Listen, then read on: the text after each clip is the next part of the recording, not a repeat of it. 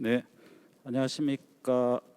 2021 대한민국 산림박람회에서 지속가능한 우리 산림의 경영과 지역 임업의 가능성이라는 주제로 열리는 그 세션 세 번째 시간입니다. 미세먼지의 시대 도시숲 경영 심포지움 사회를 맡은 한국임업진흥원 R&D 관리 실용화센터 한권한 센터장입니다. 반갑습니다.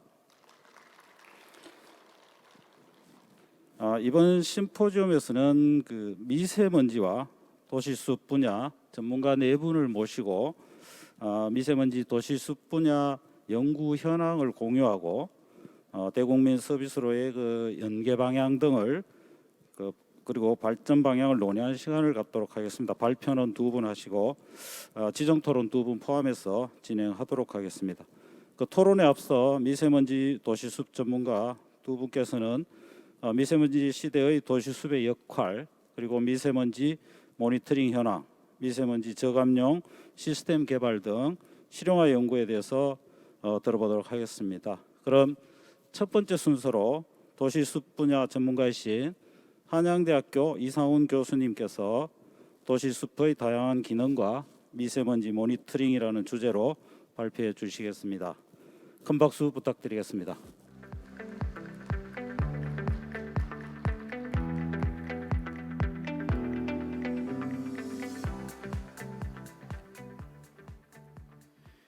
예, 안녕하십니까. 방금 소개받은 한양대학교의 이상훈입니다. 이 세션은 도시숲과 미세먼지를 이제 다루는 세션이 되겠는데 뒤에 이어지는 발표에서 아마 미세먼지 연구에 대한 걸 좀 더 자세히 다룰 예정이어서 저는 도시숲이라는 부분에 조금 더 무게중심을 두고 설명을 드려볼까 합니다. 세 가지 질문, 제목도 그래서 조금은 이제 편안한 분위기로 바꾸기 위해서 제가 부제를 한번 정해봤습니다. 도시숲이 미세먼지를 싫어할까 좋아할까. 답은 아마 좀 들으시다가 여러분들이 느끼실 수 있을 것 같습니다. 먼저 저희가 생각해 봐야 될 부분은 도시숲이라는 부분일 것 같습니다. 도시숲, 우리가 숲을 생각하게 되면 사람들은 나무가 많이 있고 그다음에 맑은 공기와 물, 그다음에 뭐 계곡이 있다든가 아니면은 새소리가 들린다든가 하는 그런 분위기들 여러 가지를 떠올릴 수가 있을 것 같습니다. 그런데 도시숲이라고 하면 좀 어렵게 생각하시는 분들도 있고요. 그다음에 도시숲이라는 게 용어는 많이 존재하고 있지만 그런 것들이 정말 성공적인 어떤 환경을 조성해 주고 있는가에 대해서 또 이렇게 의문을 제기하거나 아니면 또 도시숲이라는 거에 대해서 또 관심이 없는 분들도 계시는 것 같습니다. 그래서 여러분들께 한번 물어보고 싶습니다. 그 도시숲이라는 단어를 들을 때 어떤 이미지를 떠올리시는지 생각해 보시면 제가 좀 준비를 해본 사진이 있습니다. 이렇게 준비를 해봤는데요. 왼쪽 상단에 있는 사진은 전남에 있는 메타세콰이어 가로수길입니다. 이런 것도 생각해 볼 수 있을 것 같고요. 오른쪽 위에 있는 그림은 에스토니아라는 나라에 있는 수도 탈린의 카드리오르그라고 하는 공원입니다. 또 이런 공원도 생각해 볼 수 있을 것 같고, 왼쪽 아래에 있는 거는 청주에 있는 대길초등학교입니다. 학교 숲이라고 하는 부분인데 여기는 산림청에서 선정했던 학교 숲 우수 사례지이기도 합니다. 그다음에 오른쪽 아래는 슈퍼트리죠. 아마 많이들 아실 것 같은데 싱가포르에 있는 가든스 바이 더 베이에 있는 이제 공원입니다. 근데 저기는 공원으로 지어지기도 했지만 어떻게 보면 관광지에 가까운 것 같습니다. 코로나가 있기 전에는 정말 각 세계 여러 나라에서 많은 사람들이 찾아가기도 했던 곳인데 이런 것들이 다 여러분들이 생각할 수 있는 어떤 도시에 있는 숲의 모습이 될 수도 있겠고요. 그리고 또 이게 다 이제 저희 사진으로 다 보여드리지는 못하지만 이 밖에 또 다양한 형태의 도시숲들이 있을 것 같습니다. 정의 부분에 있어서는 이제 일반적으로 사람들은 도시에 있는 숲, 사람이 많이 모여 있는 곳에 있는 숲이면 도시숲이 아닐까 해서 이제 정의를 의미를 생각하시는 분들도 있고요. 하지만 산림청에서는 국민의 보건 휴양, 정서 함양 및 체험 활동 등을 위하여 조성하고 관리하는 산림 및 수목 이렇게 정의를 하고 있습니다. 그래서 저희 도시에 사는 인간들, 도시 시민들이 많이 이용하고 또 가까이 할 수 있는 부분들을 도시숲으로 정의를 해서 조성도 하고 관리도 하고 있습니다. 근데 이런 지역이 도시에 있다 보니까 사실 저희가 이제 아까 말씀드렸던 자연 속에 있는 숲과 비교했을 때 파편화가 된다던가 훼손이 된다던가 또 자연과 조금 동떨어진 모습을 보이는 부분들, 이런 것들이 좀 존재하지 않을까. 그래서 그런 것들을 보고 사람들이 좀 실망하거나 좀 이렇게 부정적으로 보는 부분도 없지 않아 있는 것 같습니다. 아까 사진으로 다 못 보여드린 부분을 이렇게 유형화를 통해서 이렇게 정리를 해봤는데요. 산림청에서 이제 관리하는 부분으로서 정리한 부분들은 아까 보여드렸던 그런 공원스러운 도시숲 이외에도 천변, 하천이나 그 강 주변의 천변 녹지 등을 포함할 수도 있겠고요.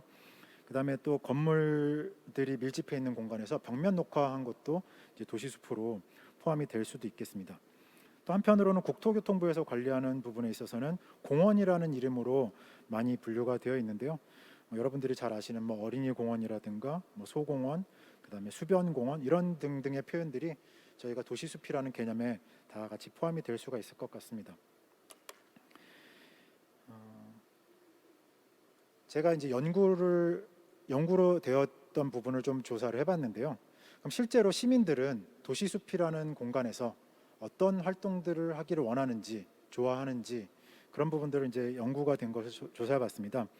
제가 일단 지금 어느 지역인지는 가려진 상태에서 말씀을 드리는데요.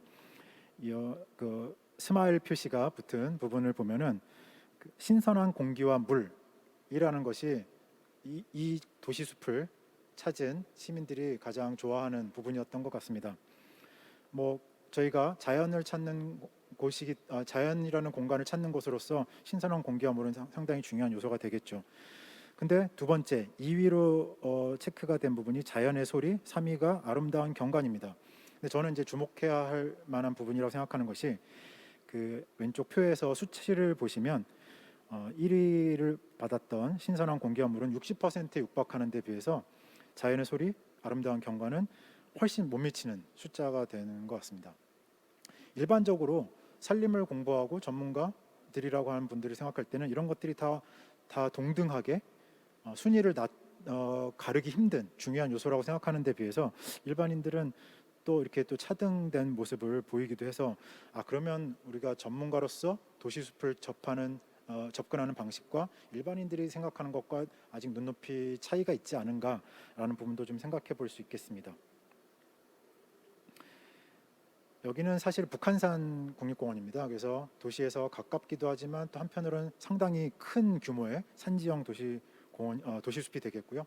그런 측면에서 자연에 좀 더 가까운 모습이라고 할 수 있는데도 저희가 조금 더 생각할 부분들이 아직도 많이 있는 것을 시사한 것 같습니다.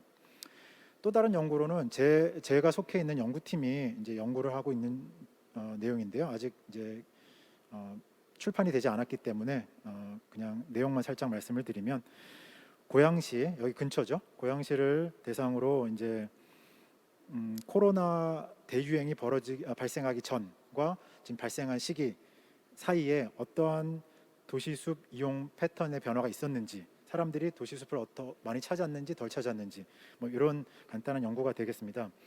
고양시라고 하는 곳은 서울에서 많이 멀리 떨어져 있지도 않으면서 사실은 녹지가 많이 조성이 되어 있습니다.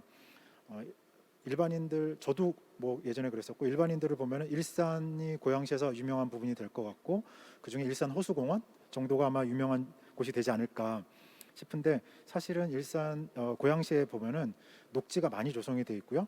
또 오른쪽 사진과 같이 연결이 되어 있는 연결 녹지들이 그 녹지와 녹지, 도시숲과 도시숲을 또 연결을 잘 해주고 있습니다. 상당히 연결이 잘 되어 있고요. 그래서 녹지가 많이 조성되어 있는 곳입니다. 그 중에서 어린이 공원이라든가 이런 곳들을 이제 면적이 작게 구성된 것을 소형, 이제 저희는 점형이라고 표현을 해봤고요. 그다음에 지금 사진에 보여드린 연결 녹지들을 이제 선형, 길쭉한 선 모양으로 돼서 선형이라고 해서 그런 것들이 커다란 도시숲과 어떤 차이가 있는지를 분석을 해봤습니다. 결과는 다음과 같이 나타났는데요. 대유행 이전과 대유행 시기, 그러니까 대유행이 지금 끝나지 않았기 때문에 이제 대유행 시기의 결과를 보면은 이게 이제 저희가 연구에서 사용된 단위 면적당 숫자이기 때문에 조금 숫자가 막 엄청 큰 숫자를 나타내질 않는데 도시공원 전체를 보면은 4.19 대비 4.27, 그러니까 사람들이 코로나가 발생한 이후로 더 많이 찾은 거죠. 도시숲에서 뭔가 더 이제 숨통을 트이고 싶어서 사람을 만나고 싶어서 숨을 쉬기 위해서 나온 것 같습니다. 그런데 점형과 선형으로 구분해서 봤을 때는 숫자가 살짝씩 줄었습니다. 그래서 작은 공원과 그 선형으로 연결되어 있는 공원들이 숫자가 줄었는데 그 이유가 이제 저희는 사실은 선형 공원이라고 하면은 수변 공원, 천변, 녹지 이런 곳을 따라서 사람들이 산책을 많이 하고 운동도 하기 때문에 더 많이 늘었다고 저는 체감을 했었는데 이제 반대의 결과가 나와서 이유를 봤더니 밑에 버스 정류장 개소수가 많은 곳들, 그러니까 접근성이 편한 곳들이 오히려 사람들이 그 감염의 위험을 이제 노출하고 싶지 않아서 그런 것으로 예상이 되는데 그런 걸 피하기 위해서 접근을 꺼려했다. 그다음에 또 공원으로부터 가까이 있으면서 상업지라든가 그런 인구 밀집 지역이 있는 곳들은 또 피했다라는 결과가 나왔습니다. 그런 것들은 이제 사람들이 조금 공원이 있다 하더라도 왠지 가기 싫다 이런 의사들을 나타낸 것 같습니다. 그래서 이런 것들을 보면서 공원이 여러 가지 역할을 할 수 있겠구나. 또 저희가 기존에 알지 못했던 부분들이 새롭게 또 발생할 수도 있겠구나 이런 생각들이 들었습니다. 사실 공원의 도시숲의 기능을 정리해 보면은 이거는 뭐 그다지 새로운 내용은 아닌데요. 오래전부터 이런 기능들을 많이 저희가 인식해 오고 있었습니다. 그래서 이 중에서 저는 이제 환경 보존이나 경관 부분에 대해서 연구를 집중하고 있는데 요즘에는 재난이라든가 보건 휴양, 그다음에 역사 문화적인 부분들의 중요성이 늘어나기 때문에 도시숲의 기능들을 계속 활성화시키면서 많은 연구들이 이루어지고 그런 것들이 이제 실제로 반영이 돼서 시민들에게 많은 혜택을 드릴 수 있으면 좋겠다는 생각을 들고요. 그다음에 이제 오늘의 주제 중에 하나인 미세먼지는 환경 보전에 속해 있는 이제 대기 정화 부분 중에 하나가 될 것 같습니다. 그래서 이런 것들이 2018년도 기준으로 이제 금액으로 환산을 해보면 이제 일반인들이 좀 이해하기 쉽게 환산을 해보면 이런 식으로 산출이 되었는데요. 저는 이제 이런 총액 뭐 221조라는 총액보다는 여기에 표현된 기능들 저런 것들이 얼마나 잘 기능을 하고 있는지 이건 이제 도시숲이 아니라 산림에 대한 얘기입니다. 그래서 이런 것들이 항목들을 보고서 산림을 통해서 숲을 통해서 이런 기능들을 우리가 얻을 수 있겠구나. 그다음에 도시숲도 어떻게 보면은 작은 이제 자연림이기 때문에 이런 것들을 저희가 기대할 수 있지 않을까. 물론 규모와 그다음에 또 어떤 기능적인 측면에서 자연과 직접적인 비교는 힘들겠지만 이런 것들을 저희가 기대할 수 있지 않을까. 또 아니면 미진한 부분이 있다면 이런 것들을 저희가 앞으로 좀 더 개선하면 좋지 않을까 이런 생각들을 해봤습니다. 이렇게 다양한 기능들이 있고 저희가 잘 쓰고 있고 관심도 많은데 도시숲이 정말 아주 좋은 공간으로서 잘 사용되고 있을까? 뭐 또 특히 오늘의 주제인 미세먼지 분야에 있어서 모든 걸 다 해결해 줄 수 있을까? 이런 부분들을 저희가 이제 생각을 해봐야 될 것 같습니다. 기능들이 아까 많이 있었지만 오늘은 이제 미세먼지에 조금 더 초점을 맞춰서 얘기를 잠시 해드리자면 도시숲과 미세먼지의 관계를 이제 파악하기 위해서 먼저 미세먼지 먼저 잠깐 설명을 드리면 미세먼지는 이미 뭐 여러분들이 많이 다들 아시고 계실 것 같습니다. 대기 중에 떠다니는 이제 부유 먼지를 미세먼지로 저희가 인식을 하고 있고요. 그리고 이제 크기를 가지고 구분을 하죠. PM10이 있고 PM2.5가 있고 사실은 저희가 그 두 가지 숫자를 많이 듣지만 PM에 대해서는 더 잘게 세분화를 할 수가 있습니다. 뭐 예를 들면 PM1이라든가 PM0.1이라든가 그런데 저희가 유독 요즘에 PM2.5에 집중하는 이유는 인간에게 미치는 해가 커서 그렇다고 할 수 있겠죠.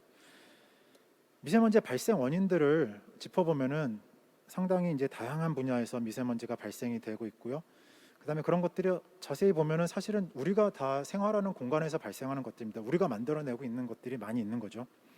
하지만 오른쪽 부분에 표현해 드린 것처럼 자연에서 발생하는 부분이라든가 아니면 발생된 미세먼지가 2차적으로 또 합성이 되는 경우도 있습니다. 그래서 미세먼지라는 게 이게 상당히 쉽지가 않다. 예전에 저희가 대기오염에 대해서 막 관심이 있고 연구가 되던 때에는 예를 들면은 이산화황이 문제가 된다. 그러면 이산화황에 대해서만 집중적으로 연구를 했으면 됐었는데 지금 미세먼지라고 하는 부분은 미세먼지 자체가 너무나 많은 물질들을 끌어안고 있다. 단지 크기만 가지고 구분을 했기 때문에 그래서 그 각각의 물질들의 특성들이 정확히 밝혀지지 않으면 사실은 그냥 미세먼지가 쉽게 해결될 수 있는 그런 타겟은 아닌 것 같다라는 생각이 듭니다. 그래서 아까 말씀드린 것처럼 미세먼지는 우리 인간의 입장에서 봤을 때는 이제 구석구석 많이 문제를 일으킬 수 있기 때문에 저희가 이제 긴장을 하고 또 조심을 하기 위해서 애를 쓰는 부분이 될 것 같습니다. 그러면 이제 도시 숲을 구성하고 있는 개체인 수목, 나무는 미세먼지와 어떻게 연관이 될까 좀 짚어보도록 하겠습니다. 이제 산림청에서 나온 자료들을 좀 제가 정리를 이렇게 인용을 해봤는데요. 일단 나무가 있는 곳에서는 미세먼지에 대해서 크게 네 가지 어떤 행태들을 보이게 됩니다. 흡착 또는 흡수, 아니면은 차단, 저감. 흡착과 흡수는 나무가 직접적으로 붙이거나 아니면 이제 나무 안으로 끌어들이는 작업이죠. 그래서 이제 사람들과의 거리를 좀 차단해 줄 수가 있겠고요. 차단이나 침강이라고 하는 부분은 차단은 이제 흐름을 막아주는 부분이 되겠고요. 침강은 막힌 것들이 이제 지면으로 낙하해서 이제 다시 또 비산의 위험이 있긴 하지만 그래도 일단 1차적으로는 이렇게 막아주는 물리적인 작업이 되겠습니다. 그래서 이런 특성들을 잘 수종별로 분석을 해서 어떤 수종들이 미세먼지 저감에 우수한지 그런 연구들이 많이 진행이 되고 있습니다. 그래서 그 특성들을 보면은 어떤 수관의 구조라든가 잎의 모양, 크기 이런 특성들을 잘 분석을 했고요. 그래서 오른쪽에 보이는 표처럼 현재까지 나와 있는 어떤 미세먼지 저감 우수 수종들입니다. 이게 다는 아닌데요. 지금 계속 연구가 되고 있어서 계속 리스트가 계속 늘어날 것 같습니다. 그래서 자세히 보시면 저희가 잘 알고 있는 나무들도 속해 있고요. 그다음에 또 그동안 저희가 좀 잘 관심을 두지 않던 나무들도 이제 새롭게 또 이렇게 다가오기도 합니다. 미세먼지와 도시숲을 볼 때는 도시숲이 조성이 된 곳이 그렇지 않은 곳에 비해서 이런 정도의 미세먼지 저감 어떤 효과를 나타내고 있는 것 같습니다. 미세먼지 PM10도 그렇고 초미세먼지라고 하는 PM2.5도 이렇게 좀 효과를 볼 수가 있을 것 같습니다. 그런데 저희가 아까 도시숲이 아주 다양한 모습을 형태를 띠고 있다고 했는데 그런 것들이 다 똑같이 아주 우수한 성능으로 우리가 기대하는 만큼의 어떤 기능들을 할까 하면 여러분들이 도시에 대해서 이제 조금 이해를 해야 될 필요가 있습니다. 저희 한국에서는 90% 정도가 도시에 살고 있다고 합니다. 그러면 이제 우리가 대부분 도시에 살고 있는 사람들인데 사실 도시에 대해서는 정확하게 이해하는 시간이 없지 않았나. 그냥 살아가기 바쁜 거죠. 그래서 직장 다니고 학교 다니고 하면서 도시에 살고 있지만 도시가 정확히 어떤 건지 모르는 사람들도 꽤 많은 것 같습니다. 도시는 상당히 복잡한 구조로 되어 있고요.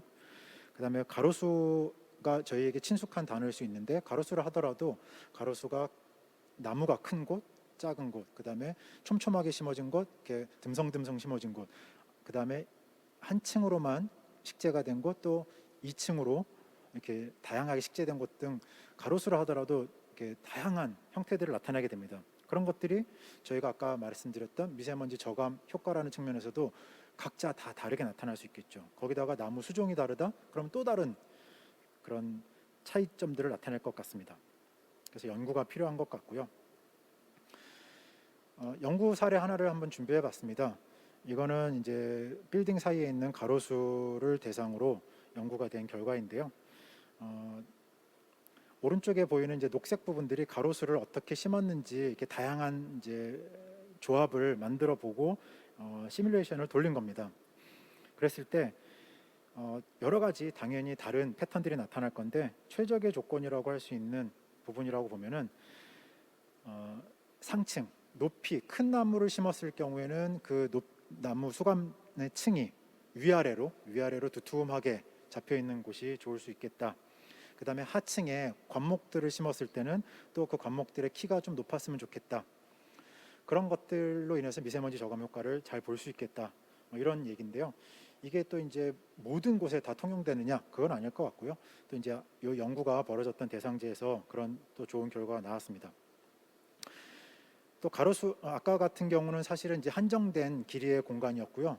지금 평택시 같은 경우는 이제 여러 가지 목적상 이제 가로수길을 아주 멋있게 조성하려고 계획 중이고 진행 중인데요.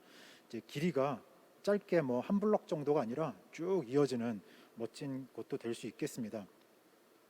사실 제가 이제 모니터링 사업에 이제 참가한 부분 중에 한 사이트를 얘기하려고 하는데요. 가로수라고 하더라도 안쪽 그 도로 쪽의 미세먼지 농도와 또 그 가로수길 바깥쪽 뭐 주거지라든가 아니면 그 옆에 상업지역 같은 곳의 미세먼지 농도가 또 다를 수가 있겠죠. 그래서 표시된 곳에서 농도들을 체크하고 있고요. 그리고 또 한 가지 저희가 생각해 봐야 될 부분은 바람길이라고 하는 거, 미세먼지를 그 가로수길을 통해서 조절한다고 했을 때 아마도 자동차에서 발생하는 미세먼지가 많을 것 같습니다. 그런 것들을 가로수길을 통해서 가둬두려고 하는 것인지 아니면 해소시키려고 하는 것인지, 다시 말하면 그 가로수길 바깥쪽에서 이용하는 사람들을 위한 공간을 조성할 것인지 아니면 그 안에서 이동하는 차량들을 대상으로 조절을 하는 공간을 만들 것인지, 이거에 따라서 또 저희가 다르게 조성을 해야 되지 않을까, 설계를 해야 되지 않을까, 그런 생각도 듭니다. 한 가지 예시인데요. 이제 조금 위쪽은 제가 생각했을 때 좀 좋은 예시 같아서 말씀드리면 분당인데요. 가로수길이 가운데 있는 길 가운데 있는 가로수와 길 양 옆에 있는 가로수들이 상당히 크게 생장을 해서 수관이 많이 가까이 있는, 그래서 아까 이제 터널 형식으로 이어질 수도 있을 것 같은 그런 상태고, 밑에는 좀 안 좋은 예인 것 같아서 제가 지명을 생략하고 가로수 길을 이제 조성하는 단계인데요. 여기는 지금 가로수를 심어놨고 하지만 똑같은 길폭입니다. 그런데도 가로수가 없는 것처럼 보이죠. 그래서 이런 경우에는 미세먼지를 저감하는 능력을 아직 발휘하기 힘들지 않을까. 그래서 저희가 뭔가 좀 연구를 통해서 그런 가이드라인이 좀 적절하게 개발이 됐으면 좋겠다는 생각을 하고 있습니다.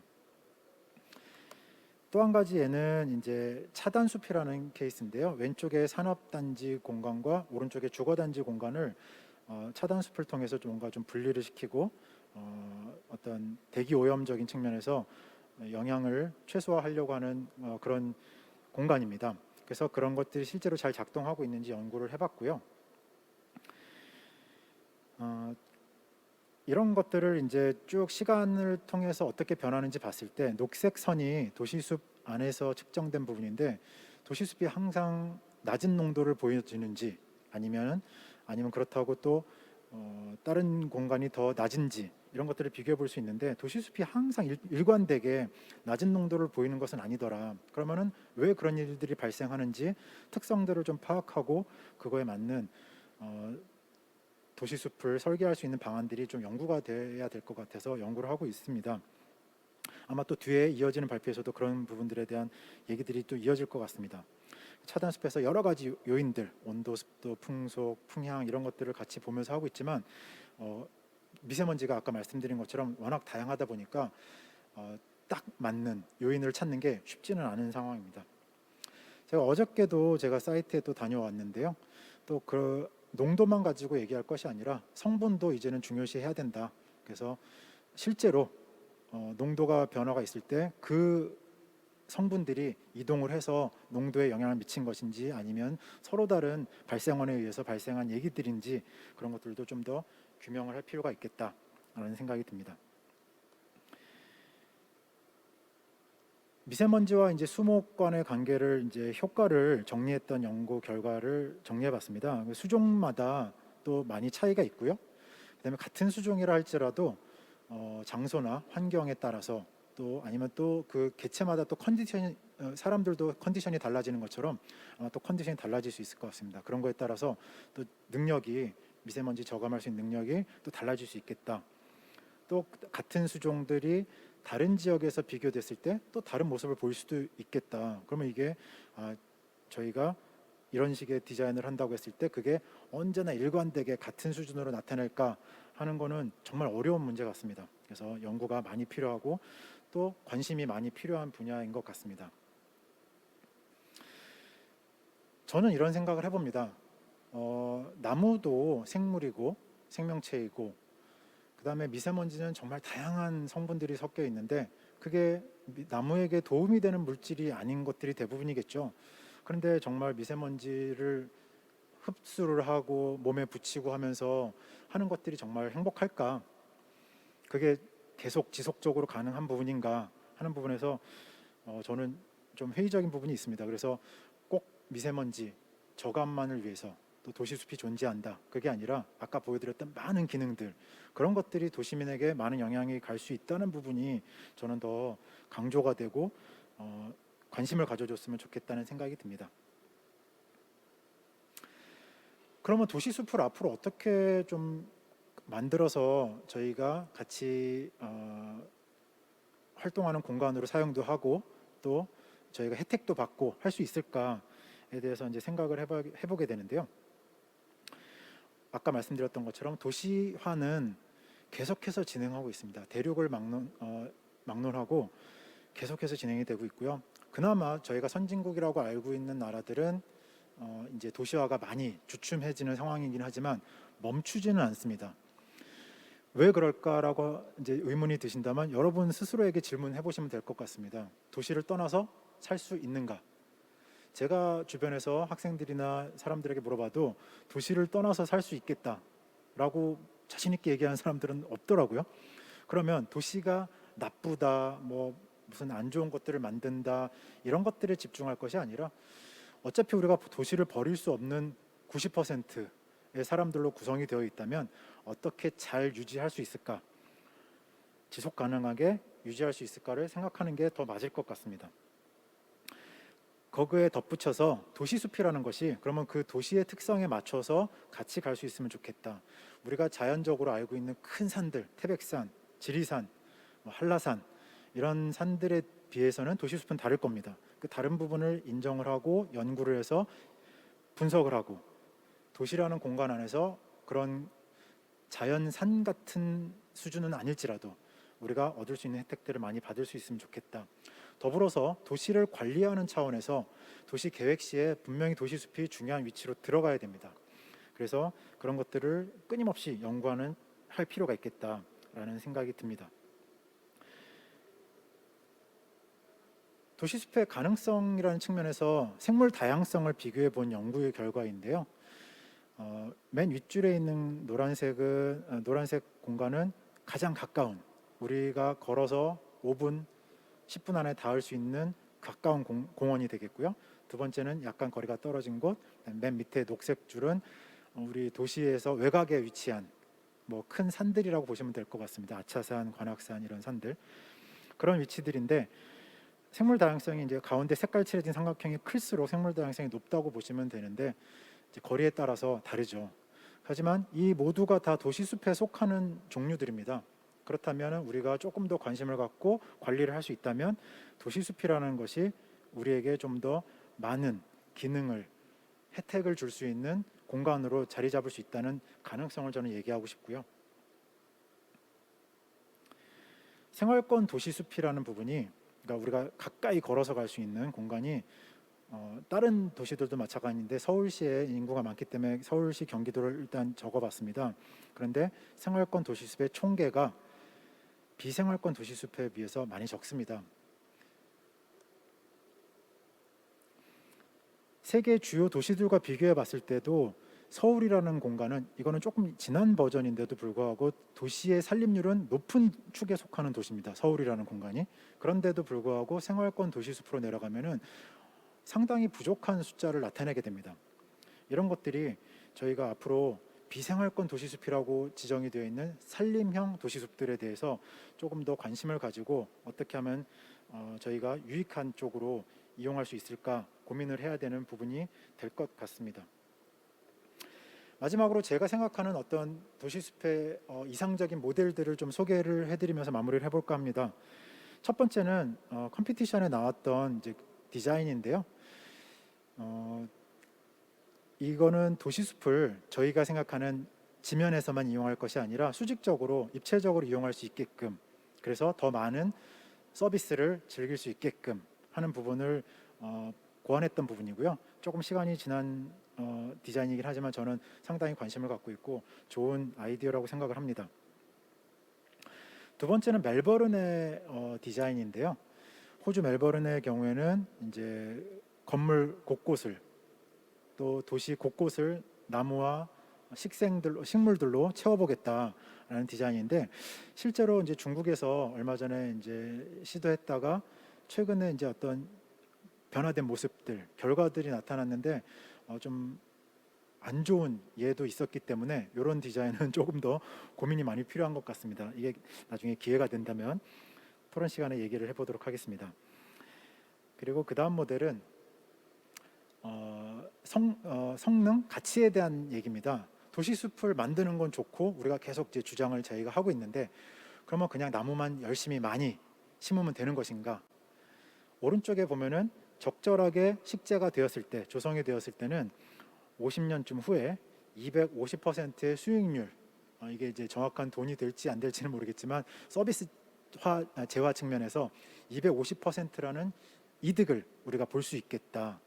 그런데 적절하게 제대로 심지 못했을 경우에는 50년이 지난 다음에는 손해를 본다. 그러니까 나무를 함부로 막 심으면 되는 게 아니라는 거죠. 그래서 이것도 우리가 신중하게 연구를 해서 잘 해야겠다, 그런 생각도 들었고요. 마지막 모델입니다. 이거는 현재 진행 중인데요. 그 말레이시아의 조호르바르라고, 아마 여러분들이 관광지로 많이 가셨는 곳으로 알고 계실 겁니다. 거기에 이제 진행되고 있는 포레스트 시티라는 프로젝트입니다. 지금 이게 올해 4월에 찍어서 제공된 영상이 있길래 제가 이제 캡처를 해봤는데요. 이 정도 완공이 됐고 아직 완성은 안 된 것 같습니다. 한쪽 부분에는 미래형의 건물이 위치를 하고 여러 가지 첨단 기술과 심지어는 독자적인 출입국 시스템까지 갖출 예정이라고 합니다. 그러니까 이쪽에 사는 사람들은 마치 어떤 나라에 들어가는 것처럼 권리를 받는 것 같습니다. 그리고 또 다른 한편에 보면은 바로 옆에 붙어 있는 공간인데요. 다양한 주거지를 이렇게 조성을 해서 여러 가지 것들을 이렇게 제공을 하겠다. 그리고 제일 눈에 띄는 거는 뭐니 해도 나무, 녹색 부분이죠. 그래서 이런 것들이 충분하게 조성이 되어 있다고 하는데 새로운 미래형 어떤 도시숲의 모습일 것 같습니다. 그런데 저는 이 중에서 더 집중하고 싶은 부분은 저 건물 뒤편에 보이는 숲입니다. 이 사진이 제가 잘 구할 수가 없었는데 저 뒤쪽으로 보면은 이 포레스트 시티라는 구역 바깥쪽으로 어마어마하게 더 넓은 숲이 조성이 되어 있습니다. 저는 이걸 보면서 미래형 도시가 만들어지면서 그것도 도시 숲을 상당히 중요한 요소로 생각하면서도 결국은 도시 주변에 저 자연을 안고 가야 할 수밖에 없겠구나. 근데 그거를 잘 찾아내서 디자인에 도시계획적으로 지역 개발 쪽에서 잘 지금 접목한 사례가 되지 않을까, 저는 유심히 쳐다보고 있습니다.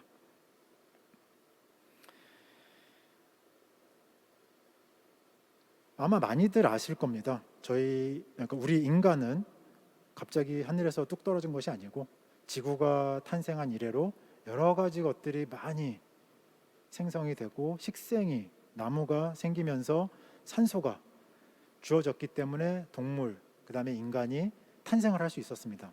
그렇다고 보면은 인간의 근본은 숲인데 저희가 그동안 또 소홀히 했던 부분도 있는 것 같고 아직도 잘 모르는 부분이 많은 것 같습니다. 그래서 그런 것들을 저희가 앞으로도 계속 연구할 수 있어야 될 것 같고, 또 그 혜택을 받고 살아가는 시민들, 우리 또 대한민국 국민들이 산림의 국토의 60%가 산림인 국가에서 좀 더 많은 관심을 가지고 지켜봐 주셨으면 좋겠습니다. 발표 들어주셔서 감사합니다. 네, 교수님 감사합니다. 지금 미세먼지 그 차감 관련해서 도시 숲의 역할과 같이, 그리고 미세먼지 모니터링 관련한 그 연구 현황에 대해서 말씀해주신 이상훈 교수님께 다시 한번 박수 부탁드리겠습니다. 네, 그러면 그 두 번째 순서로 미세먼지 관련 주식회사 가든포유에서 박종화 본부장님께서 미세먼지 저감용 시스템 개발과 실용화를 주제로 해서 발표해 주시겠습니다. 큰 박수로 맞이해 주시기 바라겠습니다.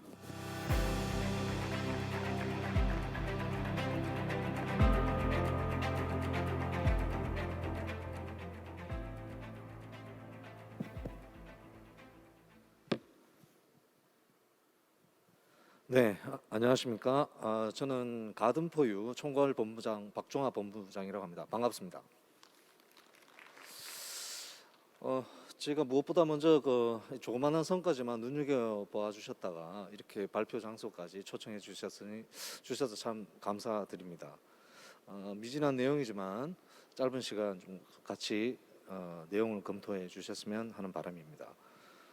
저희 가든포유에서는 식물을 활용한 미세먼지 저감용 시스템 개발과 실용화라는 과제명으로 건국대학교 그리고 평택대학교 주관 기관인 저희 가든포유로 해서 2019년부터 3차년도에 걸쳐 산림청 과제를 수행을 했습니다. 여기서 이제 수행한 결과, 연구 결과와 데이터를 반영해서 저희가 실용화한 내용들을 보여드릴까 합니다. 요즘 흔히 그 벽면 녹화, 수직 정원, 서울시청이나 아니면 관공서, 그리고 또 유수 기업들의 이제 로비 같은 데 보시면 이렇게 수직 정원 버티컬 가든이라는 것들을 많이 보실 수 있었을 거고요. 그런 부분에서 정말 이게 미세먼지 저감이나 공기 오염에 대한 그 활용도 가치가 있을까라는 부분들에 대해서 저희들이 만들고 제작하고 실용화하는 그 단계에서도 많은 의문점을 가지고 시작을 했었는데 지금 같이 그 연구 결과와 검토된 내용을 실용한 내용을 같이 보도록 하겠습니다. 먼저 내용 부분인데요. 연구 목적에서 저희가 이제 그 식물화 활성 기반 미세먼지 저감용 바이오 필터화 시스템 개발입니다. 그리고 거기에 대한 이제 연구 개발에 대한 결과들을 좀 간략하게 살펴보고 그 요소 기술을 기반으로 해서 저희가 이제 가든포유에서 실용한 내용들을 말씀드리도록 하겠습니다. 그리고 마지막 내용은 그 가든포유에서 이제 개별적으로 수행한 내용인데 벽면 녹화용 인공토 개발에 대한 내용으로 마지막에 잠깐 언급하도록 하겠습니다. 연구 목적을 밝혀드리기에 조금 앞서서 저희가 잠깐 이야기하는 부분은 일반적으로 저희가 실외 공기와 이제 실내 공기가 실외 공기가 훨씬 그 오염도가 심할 거라는 추측은 해보지만은 추측과 함께 결과 발표들도 실외 공기가 아마 높을 거라고 예상되어집니다. 하지만 요즘에서 또 다른 부분에서 실내 공기도 그게 만만치 않는 오염도 치수를 나타내고 있는 게 사실이기도 합니다. 그 이유인 부분들은 요즘 그 에너지 효율 문제 때문에 건물에 밀폐되는 엔지니어링적인 요소들이 굉장히 많이 인증 대상이 되기도 하고 해서 그 부분들이 많이 채택되고 있습니다. 환기 문제라든지 그런 부분에 오히려 옛날보다는 더 밀폐된 공간 안에서의 오염도가 노플이라고 짐작되는 부분이기도 합니다. 그리고 또 이제 건물 폐기물 재활용에 대한 어떤 실행 대책이 시책 부분들이 있어서 지금 시멘트를 사용하는 부분이 한 40% 이상이 자원 폐자재 활용해서 만들어지고 있습니다. 저희가 사는 콘크리트 건물의 대부분은 뭐 용광로에서 나오는 슬래거라든지, 그다음에 뭐 오니를 사용한다든지, 그리고 뭐 이제 시멘트 혼화조에서 나오는 그런 몸에 해로운 유독한 가스를 발생시키는 미세먼지뿐만 아니라 포름알데히드 및 휘발성 유기화합물들이 많이 나오게 되는 거죠. 그래서 이제 실내 오염이 저희가 이제 보듯이 실외 오염의 그 척도를 넘어서는 그런 이제 위험한 그런 부분이 되었다고 할 수 있겠습니다. 이 부분에서 이제 널리 이제 알려져 있지만은 식물의 활용도가 언급이 되는데요. 식물이라 하는 부분들이 많은 연구 부분에서 밝혀지듯이 미세먼지와 이런 공기 오염에 대한 요소들을 제거할 수 있고 저감할 수 있는 하나의 유효한 그러니까 작용을 한다는 부분들입니다. 그 부분에서 지금 또 많은 이제 학교와 연구기관들이 계속 연구를 진행하고 있고, 이 내용을 우주 나사에서, 미국 나사에서 밝혀진 내용인데 실제로 반론도 만만치 않는 것도 사실입니다. 실험실 데이터를, 우주에서 한 데이터를 현장에서 와서 아니면 랩 스케일에서 실험을 해보니까 그만한 데이터가 나오지 않는다는 그런 이제 부분도 반론도 있기도 하지만, 저희는 식물의 공기 정화 역할에 대한 부분들을 가장 좀 중점으로 연구를 하고, 그 연구에 대한 결과성에 대해서 저희가 그 실용화에 대한 여부를 도출하고자 했는 내용들입니다.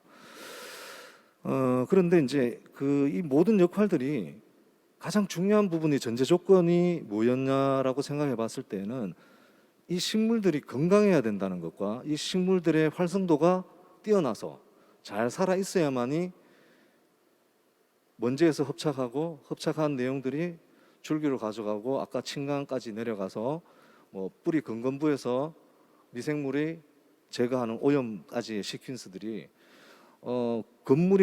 식물이 건강해야 된다는 가장 근본적인 전제 조건이 제시돼야 된다는 거죠. 그래서 저희는 가장 중점적으로 생각했던 부분이 식물이 건강하고 활성도가 뛰어나려면 과연 어떻게 해야 되나 하는 부분에 대해서 저희들이 중점적으로 연구를 했고, 그 연구 개발을 바탕으로 저희가 실용화를 했습니다.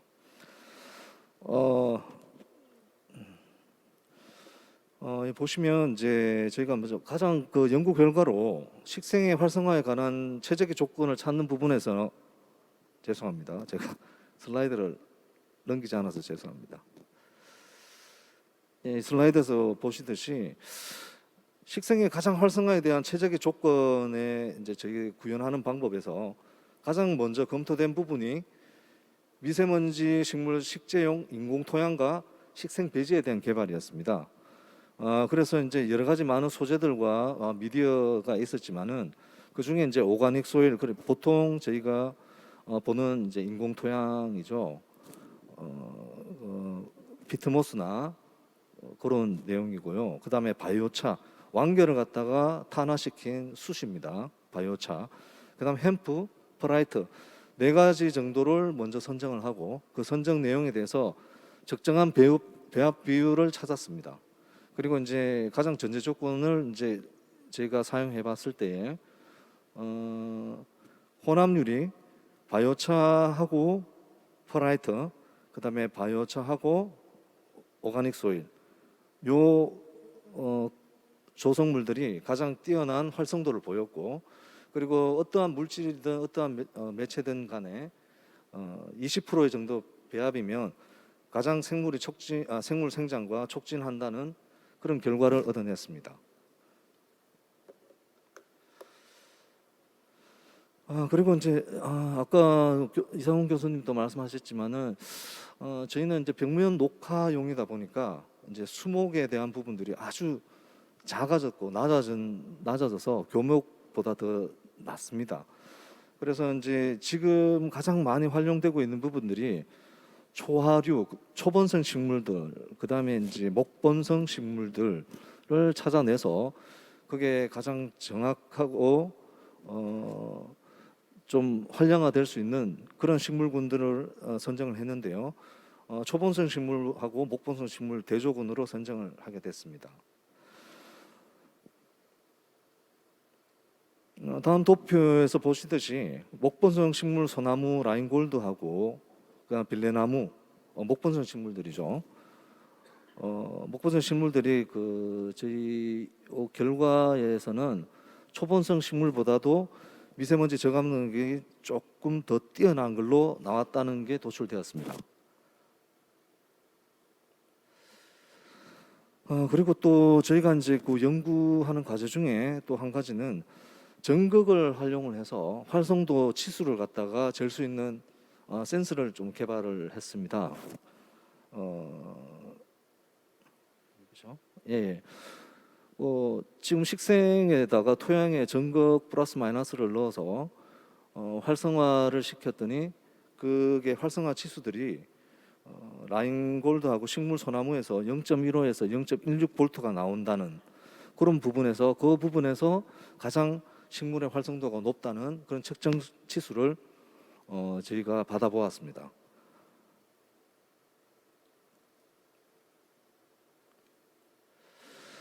그리고 또 광원인데요. 식물 식생 활성도에서 가장 중요한 것이 저희는 이제 광원이라고 생각합니다. 왜냐하면은 이제 외부에서 자라던 자연 식물인 식물들이 인공적인 구조물 안에 건물 안에 들어왔을 때나 인공물에 설치되었을 때 가장 필요한 것들이 여러 가지 뭐 요인들이 있지만은 그 중에 강원의 영향들을 많이 받는다는 사실을 좀 밝혀냈고요. 그 중에 뭐 흔히 이제 지금 뭐 식물 공장이라든지 이런 부분에서도 잘 아시다시피 저희는 룩수나 그다음에 뭐 강보상점을 찾지는 않았고요. 저희들은 뭐 500오음에서 5000오음에서 그다음에 청색 강원은 7000오음에서 활성도가 높은 그런 내용으로 판단을 했습니다. 그리고 또 좀 중요한 부분인데요. 이게 이제 저희가 너무 단순하지만은 좀 효과가 있었던 부분이라고 생각하는 게 지금 뭐 가로수나 지금 식물들이 미세먼지나 그런 오염 물질에 비점 오염 물질에 노출됐을 때에 비가 오거나 아니면 우수를 경험하고 난 다음에는 그 미세먼지의 능력이나 저감 능력이나 오염 활성도 오염을 제거할 수 있는 활성도가 더 높아진다는 그런 부분들을 착안해서 저희가 그 잎 세척을 하는 내용들로 데이터를 받고 잎 세척을 했을 때에 뭐 순차적으로 뭐 빠른 유속의 변화를 이제 줬을 때는 더 많은 효과를 볼 수 있었다는 그런 연구 결과를 받았습니다. 그리고 또 그 바이오차에 대한 부분인데 저희가 이제 식생을 활성화시키고 난 다음에 저희가 흔히 이제 네 가지 형태로 저희가 흡수, 잎면에서 흡수, 그 다음에 이제 가지에서 내려가는 부분들, 그 다음에 뿌리 건건부에서 미생물에 의한 분해들, 뭐 이런 내용들에서는 자연적인 어떤 상태 오염을 저감할 수 있는 그런 상태라고 보고요. 거기에 더해서 조금 더 긍정적이고 포지티브한 방식을 택했는데 보통 저희들이 팬을 씁니다. 강제적인 팬을 써서 공기를 대류시키다 보니까 그 대류한 내용에서 상당히 많은 또 그 세균들이 나타나는 부분들이 있었습니다.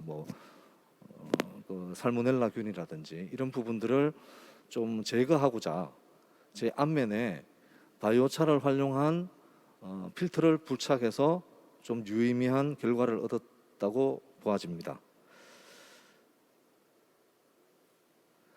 그리고 이제 저희들 테스트 시제품들이었는데요. 3년차 기간 동안에 이런 이제 모급들을 통해서 나름 이제 계속 진척을 시켜 왔던 부분들이고, 마지막에 이제 저희들 그 캐비넷형이 있는데, 캐비넷에서는 물이 이제 흐르는 도구까지, 그다음에 이제 그 펌프로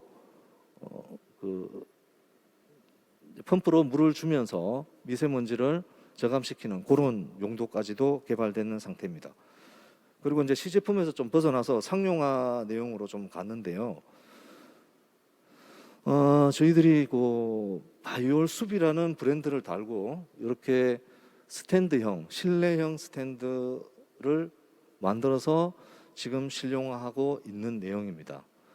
내용은 앞에서 표면적에서 입을 통하고 그다음에 바이오 필트레이션이라는 흙을 토양을 통한 부분을 통해서 제일 윗부분에 팬으로서 토출되는 그런 구조입니다.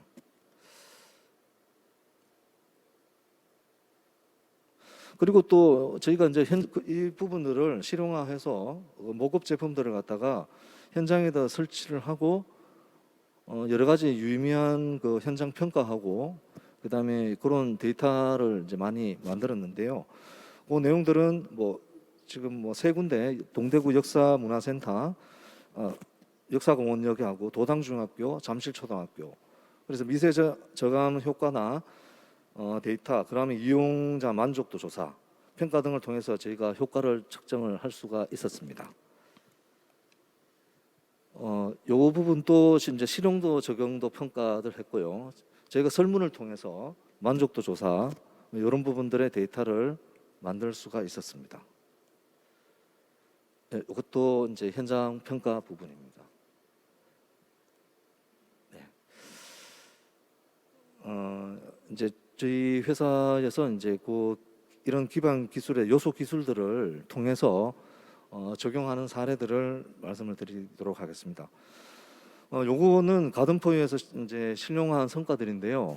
그 산림청에서 시행한 그 스마트 가든볼의 설치 사례입니다. 거제 삼성 조선소에 그 휴게소 안에서 있는 내용들입니다. 여기서는 이제 4천에 저희가 밀리미터 단위로 이야기했습니다. 4m에 2.5m에 높이 2.2m로 적용된 상태고요. 미세먼지 저감하고 또 산소 발생 효과를 극대화하기 위해서 밀폐된 구조를 적용을 했습니다. 그다음에 이제 그럴 때 문제가 되는 실내 시설의 소방 문제, 살수 문제죠. 천정 개폐가 가능한 시스템을 만들었고, 그다음에 저희들 디지털 데이터화라해서 실내 온도, 미세먼지 지수, 습도 그런 것들을 가시적인 화면으로 나타내서 좋은 좀 반응을 얻었습니다.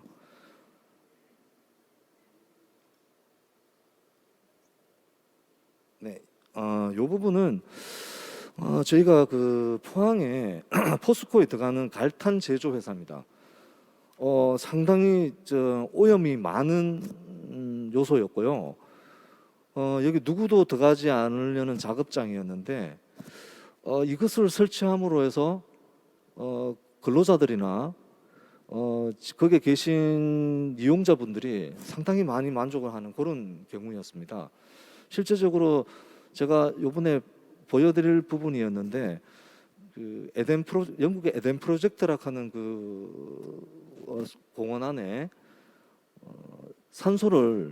광합성을 하면 산소를 실험하는 방이 있는 걸 제가 보았습니다. 그 자료를 찾지를 못해서 그랬는데 저기서 불을 끈 상태와 사람이 5명 정도 들어가 있어 밀폐된 구조니까 5명이 들어가 있는데 채광을 하고 광원을 비춰주면 5분 안에 숨 쉬는 게 달라집니다.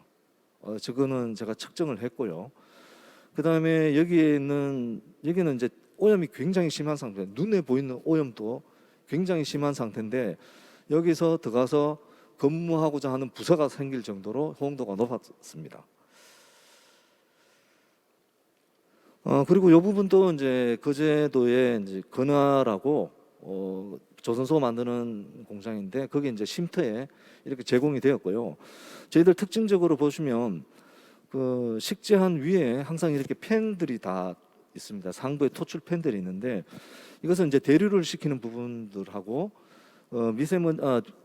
저희들 그 뿌리 건건부에서 저희가 특허를 낸 부분인데 구멍을 통하고 토양에 대한 내용을 통과한 바람들이 다시 저 위로 토출해서 나오는 그런 구조로 되어 있다 보니까 저희들이 적용하는 모든 내용들은 펜을 사용하는 그런 내용들이었습니다.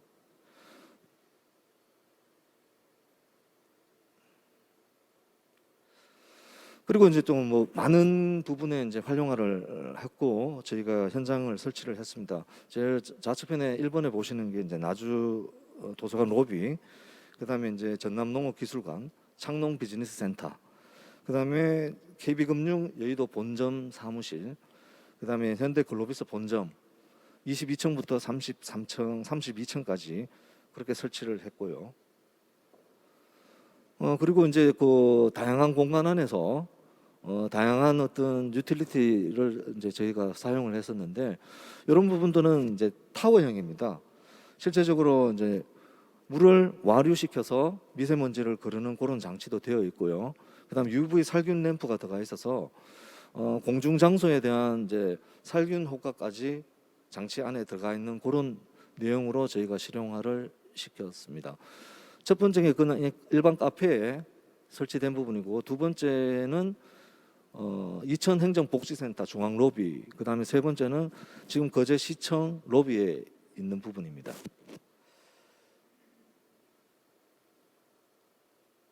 네, 이 부분은 저희가 이제 실용화를 해서 올해 8월 달에 조달에 올라간 내용이기도 합니다. 그리고 그 조달된 내용의 품목들이 각 관공서에 저희들이 설치했는 그런 성과물들이라고 하겠습니다. 일반적으로 저희가 이제 보통 지금 이런 제품, 비슷한 제품들이 핀란드에서 나온 뭐 나아바락 하는 제품들도 있고요. 심지어 삼성물산에서 개발한 포에어라 하는 제품도 있고, 그다음에 실제적으로 또 그 SK임업에서 개발하는 그런 내용마저도 있습니다. 지금 시장들은 굉장히 많이 커지고 있고요. 그런데 이제 실제적으로 과연 이 식물을 겸한 이 미세먼지 저감 장치들이 과연 그 데이터에 맞게 미세먼지를 저감할 능력이 되느냐, 이런 부분들에 대한 부분들은 지금 이제 검증이 되지 않고 있습니다. 그래서 저희는 이제 차후 어떤 검증을 필요로 할 때에 그런 요건들을 맞추기 위해서 나름 저희들은 그 연구 결과를 바탕으로 그걸 현실화시키고 현장에서 적용시키고자 많이 노력하고 있는 그런 회사입니다. 그리고 이제 무엇보다 죄송합니다. 예, 저희가 그 활용 사례 중에 가장 좀 호응도가 높았던 사례입니다. 이게 현대 글로비스 성수동에 있는 본점에 저희들 11층부터 32층까지의 각 층마다 이렇게 이제 그린에 대한 어떤 그 오너의 어떤 의지가 있어서 이렇게 설치를 했는데 상당히 반응이 좋았습니다. 저희가 2차, 3차까지 계속 연달아서 추가 공사를 할 정도였습니다. 정의선 회장님이 오셔서 사내에 그린 인프라에 대한 어떤 내용들이 들어가니까 한결 업무 효율이나 어떤 그런 감정적인 면들이, 그다음에 이제 그 이용자들의 어떤 호감도가 높아서 미세먼지 저감이라든지 실제적으로 실내 수분 유지라든지, 그다음에 이제 대류시키는 어떤 그런 내용들, 그다음에 저희는 이제 분사 방식이기 때문에 폭포에서 나오듯이 분사를 하는 물에서 나오는 이온들이, 음이온들이 좀 방출되는 내용으로 저희들 좀 밝혀졌습니다. 그런 부분에서는 아주 자연스러운 효과적인 실내 환경이 마련됐다고 할 수 있고요. 그리고 이제 굳이 벽면 녹화가 아니더라도 이제 가구 퍼니처를 이용해서 앉을 수 있는 의자에 저런 작은 정원들, 이런 것들을 했을 때에 만족도가 사실 상당히 많이 높고요. 이 부분의 활용도 때문에 지금 많은 관공서나 이런 부분들이 저런 부분을 채택해달라고 저희들한테 많이 주문을 하는 요소들입니다. 네, 이것으로 저희가 활용 사례는 마치도록 하고 짧게 저희가 또 단독으로 과제를 하는 부분이 있습니다.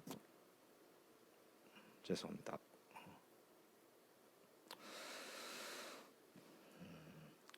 이 부분은 제가 준비하지 않는데 추가로 되는 부분들인데, 저희가 이제 아까 보여드렸던 그 벽면 녹화의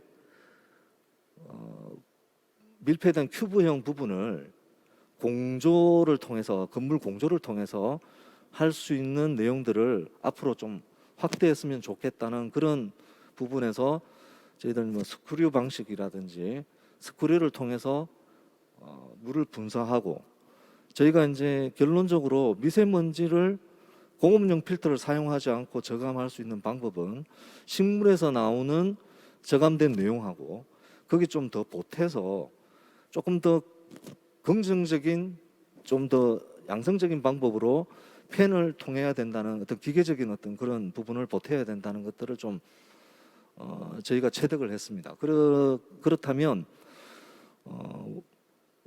저희가 장마가 올 때에 미세먼지가 제로가 되는 것을 제가 한번 발견을 했었는데, 장마 올 때 미세먼지 측정기를 갖고 밖에 나가면 완전히 제로 됩니다. PM 2.5돈 뭐 그 이상 낮은 어떤 파티클이라든지 이런 부분들이 완전 제로 상태로 바뀌는 걸 제가 봤습니다.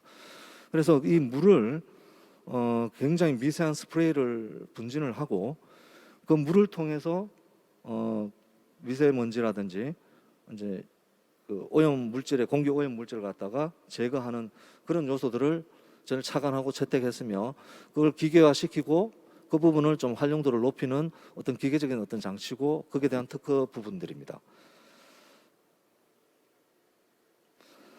저희가 벽면 녹화용 인공토 개발에 대해서 짧게 말씀을 드리겠습니다. 지금 시간이 다 지났습니까? 네.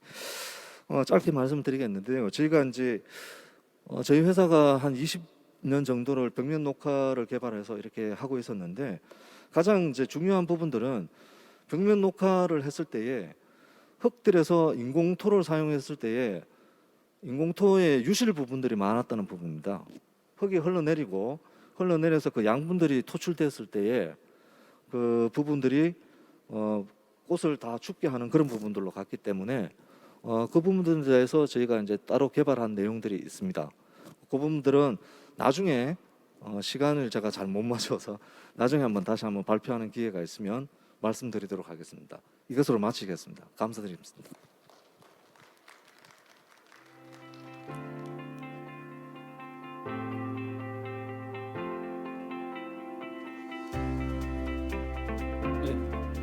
네, 박종화 본부장님 고생하셨습니다. 저기 마지막 세션으로 미세먼지 저감용 그 벽면 녹화용 인공토 개발 그리고 시스템 개발 발표해 주신 박종화 본부장님 감사합니다. 다시 한번 박수 부탁드리겠습니다.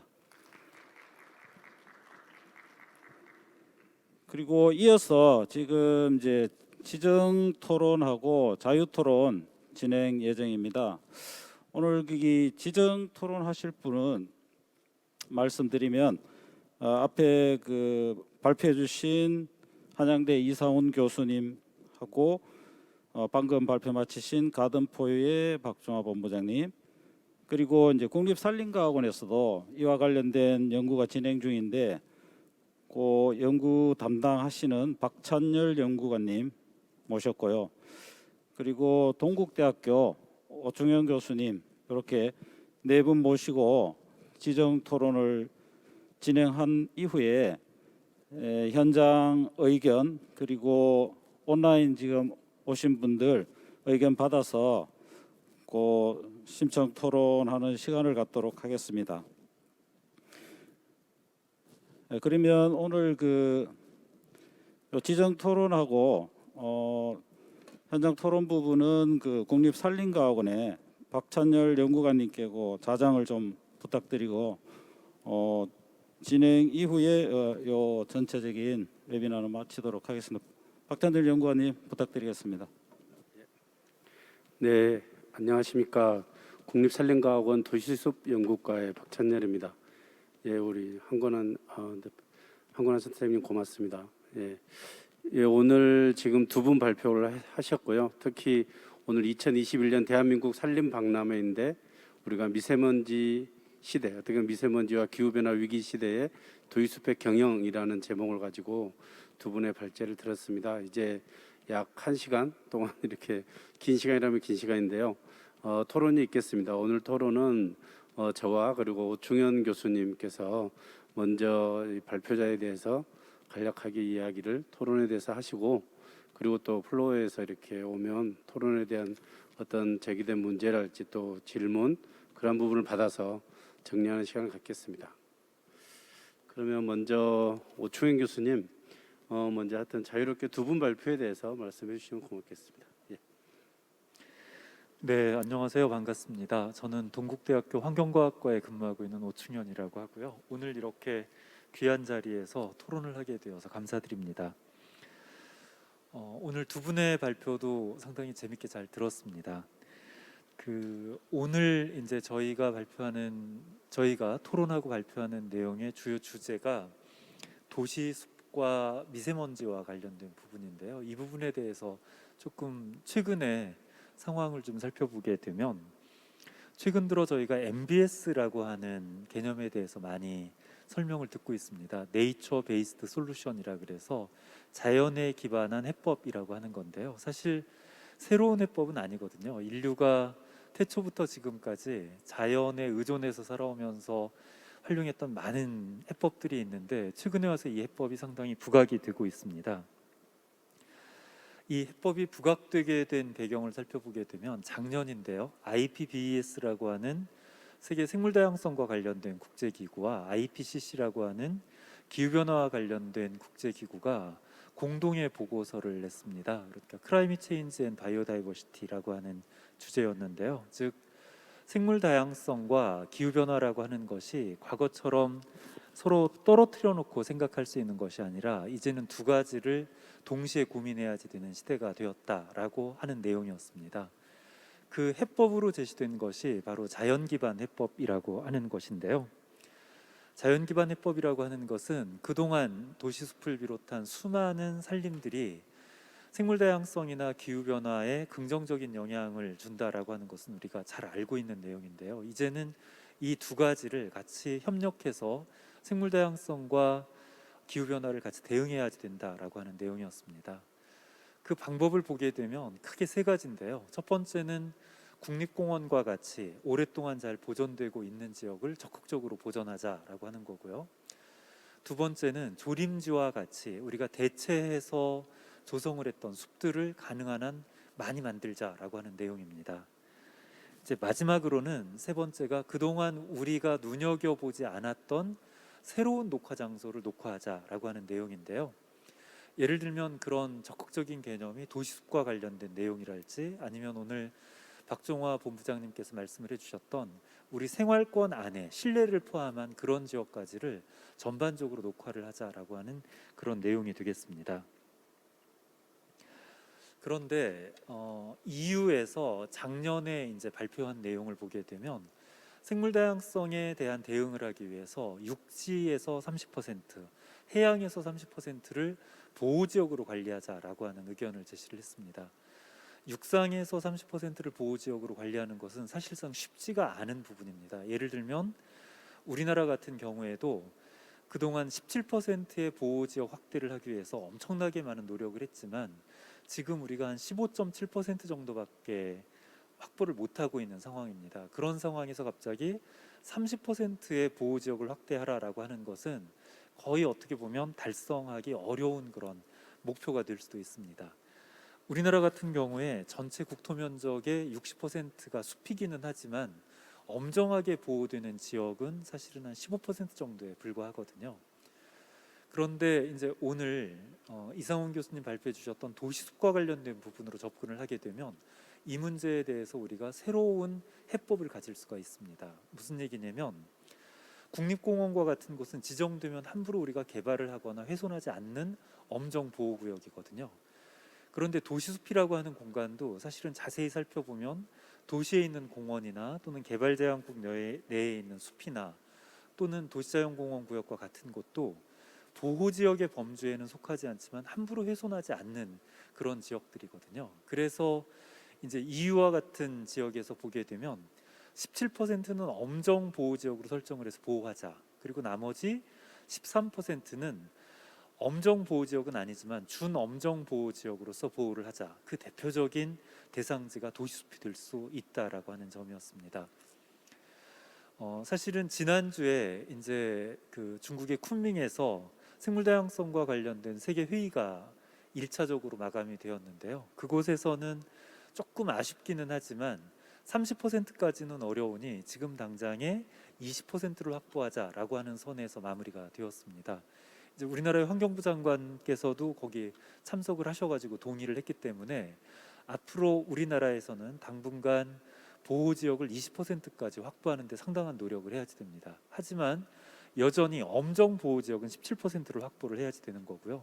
나머지 3%에 관한 부분은 도시림과 같은 준엄정 보호 지역을 계속해서 확보해 나가는 것이 필요합니다. 한국적인 상황에서 보면 그렇게 어렵지 않은 상황일 수 있는데요. 이것이 아까 이상훈 교수님 보여주신 것처럼 지역마다 또는 대상지마다 상당한 차이가 있을 수 있습니다. 이런 내용들을 각 자치단체별로 어떻게 하면 우리가 20%를 채워나갈 것인가라고 하는 부분에 대해서 상당한 고민을 하는 것이 필요할 것으로 생각이 듭니다.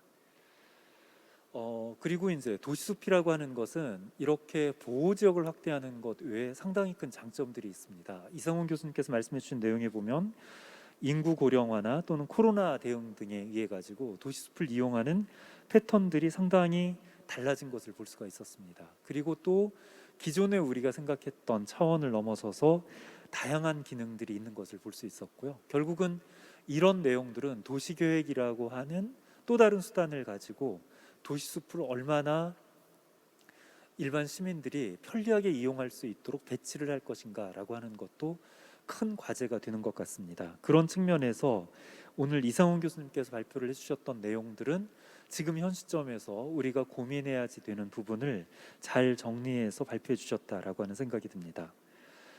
다음으로는 지금까지 우리가 이제 녹화의 대상으로 생각지 않았던 실내나 이런 공간들입니다. 사실 이제 현대화되기 시작하면서 우리들은 상당히 다양한 실내 공간 또는 공공의 실내 공간들을 가지게 되었습니다. 다양한 지하철 등등 해가지고 이런 공간들을 가지고 있는데요. 이런 공간들은 기존에 보게 되면 녹화라고 하는 부분에서는 조금 떨어져 있는 부분이었습니다.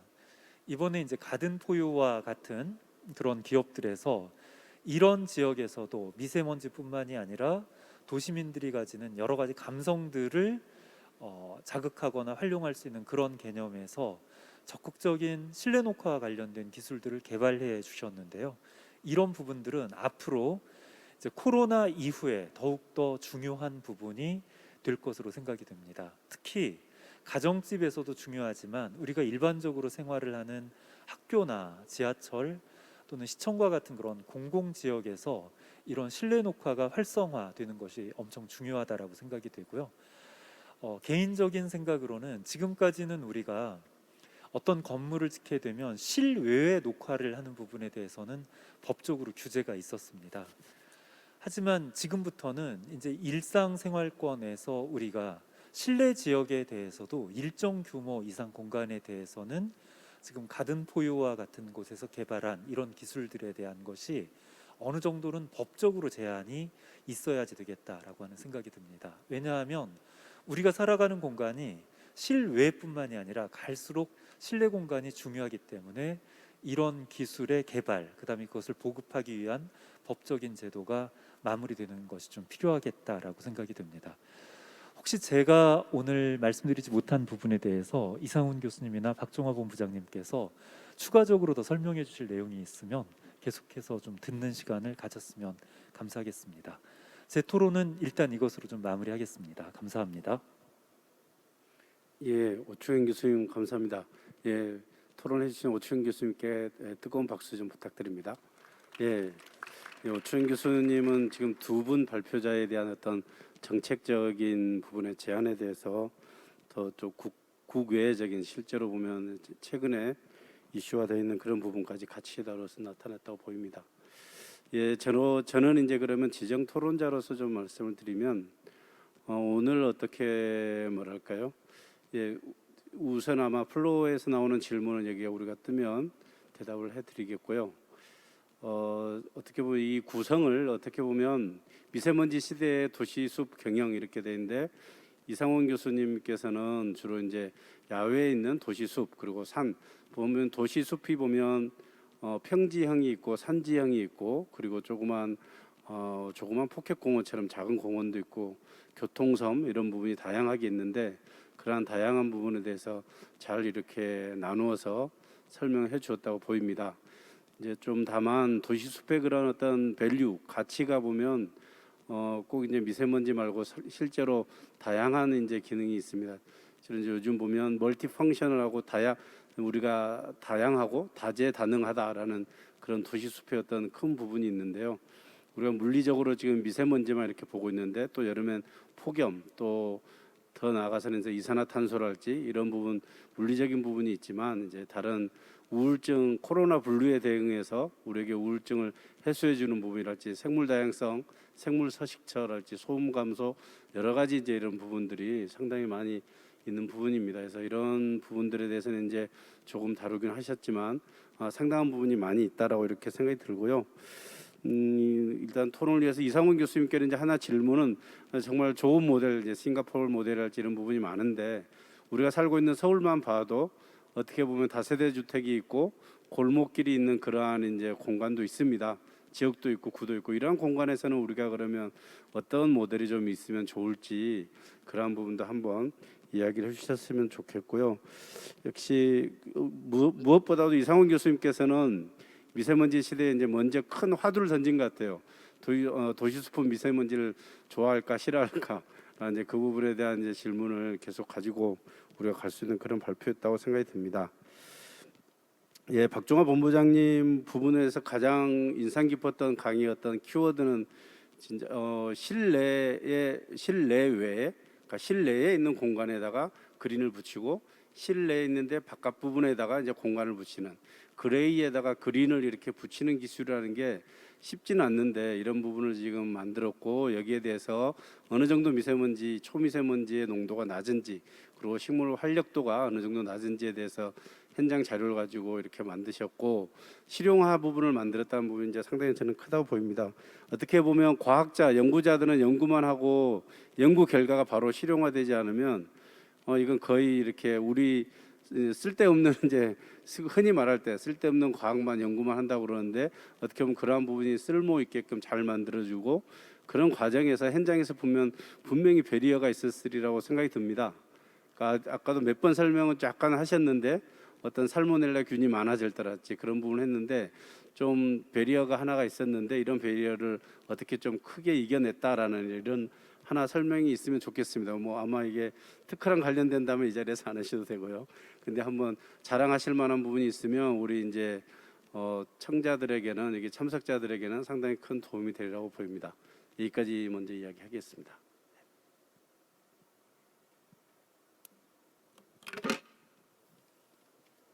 예, 두 분 토론자 분들께서 말씀해 주신 내용들이 이제 제가 또 못다 담은 부분들에 대해서 또 잘 짚어주신 것 같고요.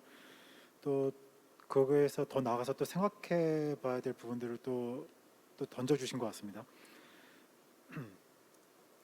오충현 교수님께서 말씀하신 부분을 듣다가 보호 지역을 20%로 이제 일단 목표를 잡아서 나가야 된다. 근데 이게 쉽지가 않다라는 부분을 이제 들으면서 이제 생각이 든 부분을 일단 먼저 말씀을 드리겠습니다. 우선 그 대안으로서 도시숲이 이제 등장할 수 있고 역할을 할 수 있다는 거는 말씀해 주셨는데 그런 부분은 상당히 이제 저희들이 또 해야 될 역할이고 좋은 부분인 것 같습니다. 근데 아까 제가 이제 발표 때도 말씀드렸고 이제 좀 다 못 드렸다 싶은 설명을 다 못 드렸다 싶은 부분이 있는 게 도시에 대한 어떤 변화거든요. 고령자 사회 이제를 넘어서 초고령의 사회로 저희가 이제 넘어가고 있고요. 그다음에 또 동시에 인구 밀도가 낮아지고 있는 거죠. 인구 저감, 인구 감소 시대를 또 맞이하고 있습니다. 그러면서 사회 중심의 인구 구조를 봤을 때 이제 노령화된 인구들이 더 많은 비중을 차지하는 사회로 가고 있다는 게 하나의 변화가 될 것 같고요. 그것과 맞물려서 도시 쪽에서 얘기 나오는 것들은 이제 그러면 공간이 남을 것이냐, 인구가 감소하기 때문에 더 이상 이제 저희가 주거지를 확보하는데 엄청난 에너지를 쓰지 않아도 되지 않을까, 이제 그런 의문들이 막 계속 이제 제기가 되고 있습니다. 단기적으로 봤을 때는 갑자기 뭐 주거지가 대폭 줄어드는 현상은 벌어지지 않을 것 같습니다. 다만 장기적으로 봤을 때는 이제 인구 감소가 지속된다는 전제하에서 뭔가 플랜이 필요하다, 대책이 필요하고 계획이 필요하다, 또 플랜도 어떻게 바뀔지 모르니까 여러 개가 필요하다. 이러한 것들은 이제 지금 이제 도시 쪽에서 도시를 이제 계획하시는 분야 쪽에서는 계속 나온 얘기가 되겠고요. 그것과 맞물려서 저희가 생각해 볼 수 있는 부분은, 그렇다면은 지금 현재로 봤을 때는 이제 15%, 17%에 막 못 미치고 있는 보호구역, 또 그중에 또 엄정 보호구역을 저희가 어렵게 확보하고 간신히 유지하고 있고 이런 상황이지만, 전체적으로 흐름으로 봤을 때는 저희가 그런 숲을 조성할 수 있는 공간적인 기회는 늘어날 수 있다라고 보는 게 맞지 않을까라는 생각이 들고, 더불어서 전문가들만이 얘기하는 게 아니라 시민들께서 요구를 많이 하는 거죠. 예전에는 아파트 단지를 개발을 해도 건물이 좋고 훌륭하면은 만족을 했지만, 이제는 거기서 끝이는 게 아니라 그 아파트가 조성된 공간이 훌륭해야 된다. 그 훌륭함의 기준은 자연과 가까이 할 수 있는 수목의 식재라든가 잔디밭, 그냥 잔디밭이 아니라 초하류가 같이 예쁘게 어우러져 있는, 그리고 그게 지어진 지 1, 2년 안에 그냥 사그라들어 버리는 것이 아니라 계속해서 잘 관리가 될 수 있는 그런 것들을 요구하고 있는 시대이기 때문에, 그런 것을 동력으로 삼아서 도시숲을 이제 조성하고 확장하는 거는 점점 어떻게 보면 예전에 우리가 상상하지 못했던 수준으로 좀 더 탄력을 받을 수 있지 않을까라는 좀 긍정적인 생각을 해보고요. 한편으로는 강원도와 서울을 뭐 이렇게 극단적으로 비교를 해보자면은, 강원도 지역에는 숲이 많습니다. 산이 많고 숲이 많을 수밖에 없는 조건이고, 그거에 비해서 서울 같은 경우는 이제 그걸 조성하기 힘든 공간이고, 그렇다면 우리가 탄소 배출권을 거래하듯이 그 도시숲 조성을 거래하면 어떨까? 서울에서 20%를 채우지 못한다면 강원도에서 20%를 넘게 채울 수 있는 부분을 가지고 상세를 시키는 거죠.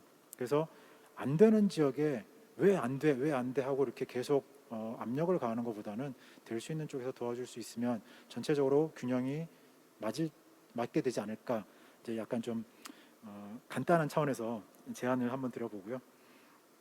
그 다음에 그럼에도 불구하고 저희가 도시숲을 막 조성한다고 했을 때, 아까 함부로 조성하면 안 된다고 이제 그런 얘기도 했었는데, 아까 멜버른 사례는 아까 디자인 개념들을 보여드린 건데, 실제로 중국에서 그런 건물들을 막 수목과 어떤 초하루를 뒤덮은 건물들을 만들었습니다. 제가 이제 조금 부정적인 얘기 때문에 이제 지명은 생략하고 내용만 말씀드리면, 했는데 입주가 안 된 거죠. 처참하게 실패했습니다.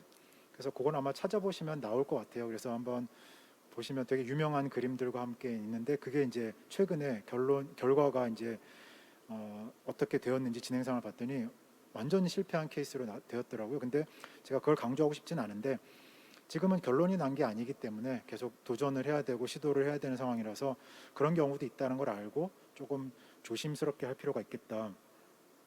그런 생각이 들고, 그래서 그런 차원에서 아까 박찬열 박사님께서 이제 질문을 해주셨는데, 골목이나 어떤 밀집된 공간에서 도시숲을 어떻게 조성하는 게 좋을까라는 게 이제 어떻게 보면 고민 사항이 될 것 같습니다. 그래서 요즘에 보면 유휴 공간이라고 해서 버려진 공간이나 아니면 버려지진 않았지만 적당한 사용처를 찾지 못해서 이렇게 어찌저찌하지 못하고 있는 공간들을 찾아서 이제 공원화 아니면은 정원화 시키는 이제 경우들이 많이 있는데, 뭐 그런 것도 좋은 예가 될 수 있겠습니다.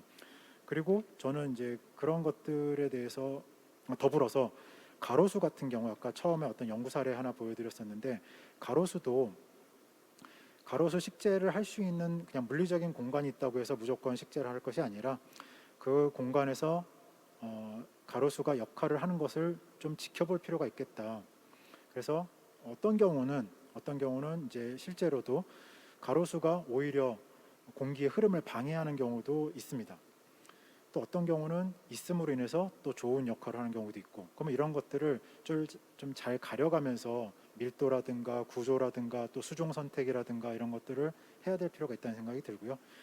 그다음에 그 좁은 공간에서는 아까 질문하셨던 좁은 공간이라는 것들이 뭐 예를 들어서 지금 저희가 그 보행도로에 가로수를 많이 심어야 된다고 해서 보행로를 확보하지 못할 수준으로 가로수를 심은 경우도 발생을 하는 것 같거든요. 이제 예전에 이제 구 도시에 그런 경우가 되겠죠. 그래서 그럴 경우에 사람이 통행을 못하는 경우, 그다음에 또 요즘에는 장애인들, 장애우들에 대한 것, 그 보행 약자들에 대한 것도 중요시하기 때문에 일단 도시 지역에서는 사람이 잘 쓸 수 있는 공간과 고려해서 그런 것들이 배치가 돼야 되지 않을까. 그래서 제가 뭐 어떻게 또 딱 뭐 이렇게 하면 좋겠다라고 답을 못 드릴 수도 있는 것 같은데, 여러 가지 생각들이 있어서 복잡하다는 것, 도시라는 것이 좀 그렇다는 것, 동시에 도시 숲이라는 것은 저희가 보존만 강조할 수 있는 공간은 아니거든요. 그래서 어떻게 보면 이제 이용을 계속 고려하면서 보존 지역을 찾아가야 되는. 그래서 어떻게 보면 이제 앞으로 다가올 용산공원도 저희가 간단히 이렇게 해결될 수 있는 문제는 아니지 않을까. 사람들이 많이 머리를 모아서 좀 좋은 결과가 도출되지 않을까, 그렇게 생각해 봅니다. 감사합니다. 예, 이상훈 교수님 감사합니다. 어떤 그 지역별로 차이 있는 도시숲에 대해서 도시숲 총량제랄지 개념, 그런 개념, 또 이제 가로수 문제 여튼 고맙고요. 예, 우리 박종화 본부장님 한번 말씀 부탁드립니다. 네. 뭐 저희 관심 부분을 벗어나서 이제 연구하시는 교수님들하고 같이 있었고, 저희들은 이제 일반적인 어떤 산업화하고 상업적인 어떤 영역에 있다 보니까 이런 MBS 내추럴 베이스 기반을 한 솔루션, 이런 부분들의 접속이라든지 내추럴 커넥팅이라는 어떤 외국의 어떤 그런 그룹들에 대한 그런 부분들이 사실 실제적으로는 저희들도 많이 좀 원하는 부분이었습니다. 외국의 사례들은 지금에 있는 이런 사회적 기반, 생태 기반을 하는 회사들을 모아서 그룹웨어를 만들고 그 기술들을 갖다가 더욱더 발전시켜 줄 수 있는 이런 시너지를 줄 수 있는 그런 유럽의 EU의 공동체들이 많고요. 그다음에 EU에서는 지금 그 자연 그 녹화 피복 시스템에 대한 인정, 그다음에 미국에서는 이 녹화 피복 시스템을 단열재로서 건축 자재로서 인정을 해줘서 거기에 대한 친환경 LED라고 하는 등급제를 지금 심사를 하고 있습니다. 거기에 비하면 저희는 이제 막 시작하는 시장인 거죠. 그런 시점에서 뭐 환경의 영향 평가라든지 뭐 여름의 폭우라든지 이런 부분들은 너나 없이 영향을 전 세계적인 어떤 영향권에 다 들어 있기도 하고요. 저희가 이제 놀랐던 사실은 저희가 아주 조그마한 회사인데도 불구하고 쌍용이라는 회사에서 전화가 와서 그 중동 지방에는 아주 호화주택에 이런 그린에 대한 가든볼을 설치를 했으면 좋겠다 하는, 제가 회장님 비서실까지 가서 그런 컨택을 받았습니다. 중동에서는 우리보다 미세먼지가 더 심하고, 그리고 거기에 대한 그분들의 부의 가치를 측정하는 것들이 얼마큼 그린을 가졌느냐, 그 사막 지역에서 물을 관수를 해서 녹색을 만들었냐가 부의 척도라고 이야기를 하더라고요. 이제 그런 측면에서 저희가 월드를 향해서 나갈 수 있는 제품도 될 수 있겠구나. 그렇다면은 조금 더 거기에 대한 어떤 그 기반 가치를 받쳐줄 수 있는 그 공공재의 역할들, 그 확산 이런 이제 시험이 끝나고 아까 난관은 어떤 난관이 있었냐고 말씀을 드리자면, 우선 랩스케일 연구실에서 나온 연구 결과들을 저희들이 실용화시키기에는 상당히 많은 문제점들이 있는 건 사실들입니다. 이 문제를 소급해서 거기에 대한 적극게 나왔는 그 데이터를 다시 적용하려면 그 현실 현상에서 전혀 그 치수들이 맞지 않을 때 그런 부분들은 이제 전적으로 저희들이 이제 해결해야 되는 그런 과제들이기도 하고요. 그 속에서 나오는 여러 가지 그 문제들은 실제적으로 이제 엔지니어링적인 요소들이 더 많다고 보아집니다. 그 모니터, 데이터, 그건 이제 가공할 수 있는 그런 영역들이 아니고 이 결과치에 대한 반영을 얼마나 적절하게 구현을 해주느냐 이런 부분들이라서 그런 부분들에 상당히 난관이 많고 그다음에 랩 스케일에 대한 전적인 어떤 그 영향성이라든지 이런 부분들이 조금 저희가 이제 제품을 만들었을 때 많이 이제 실패를 했다는 결과치로 주어졌을 때 그 부분들이 이제 뭐 과제에서 이렇게 탈락되는 어떤 원인이 되기도 하고요. 이제 그 이슈에 이제 그린 인프라에 대한 어떤 지금 생태계의 인공물의 이제 생태적인 요소를 입혀 나감에 있어서 여러 가지 어떤 아이템적인 요소들을 이제 제공을 해야 되는 부분이 있는데 제가 이제 인공토를 이야기하면서 외국 사례들을 많이 좀 가져왔는 부분들인데요. 저는 이렇게 생각합니다. 저는 이제 건축을 전공을 했기 때문에 하드웨어가 바뀌면은 전체가 많이 바뀌는 그런 요소들을 경험을 많이 했습니다. 예를 들어서 문을 보시면 미석이 문이 있고 여닫이 문이 있고 접이 문이 있고 접을 수 있는 문들이 있습니다. 그걸 가능케 하는 것들이 아주 조그마한 하드웨어적인 변화 때문입니다. 그러니까 옛날에는 문을 앞으로 열었다 뒤로 열었다밖에 안 됐지만은 그 꺽쇠 하나의 어떤 하드웨어가 접을 수 있게끔 만들고 그리고 건물의 유리만으로도 가능하게 하는 이제 크레이딩 시스템 같은 것도 다 하드웨어 변화에서 나오는 부분입니다. 그렇다면 이런 이제 옥상 녹화나 생태 기반을 위한 어떤 메디어 매체가 가장 무엇이 중요하냐라고 생각했을 때는 저는 인공토라고 봅니다. 지금까지 인공토를 시도해 본 사람들은 없는 것 같아요. 인공토는 옥상 녹화를 할 때는 뭐 토심이 40cm, 60cm 마운팅을 시키고 그 밑에는 보습제를 깔고 보수제를 깔고 이런 이제 정량화된 요소들은 다 있습니다.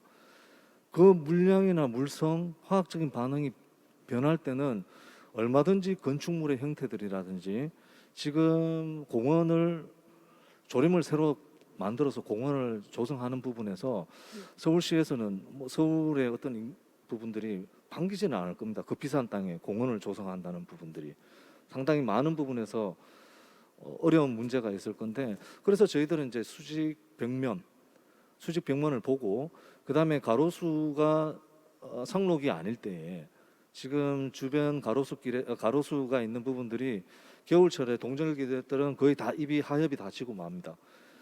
기존에 저희들이 미세먼지나 오염을 흡착시키고 그런 기능들을 할 수 있겠냐? 그게 대신 구조체를 어떤 부분이 좋은가라고 생각했을 때는 저희들은 이제 수직 벽면이죠. 벽면 녹화의 공동주택의 이제 일정 부분 벽면 녹화, 그다음 방음벽의 벽면 녹화, 비점 오염 시설로서도 가능하고요. 그다음에 이제 폭우 시에 우수 지연을 할 수 있는 그런 역할제도 가능합니다. 그런데 실제적으로 거기에서 가장 제한을 받는 게 토양입니다. 토양은 어느 정도 토심이 필요하고 그다음에 겨울에 얼지 않아야 되는 그런 부분들, 그다음 경량성을 요구하는 부분들, 그다음에 그 단열성, 또 이제 내구성들, 그리고 이제 비산 먼지처럼 날려가지 않아야 된다. 그런 그런 분들을 해결하기 위해서 저는 그게 하드웨어적인 어떤 발명이라고 생각을 하거든요.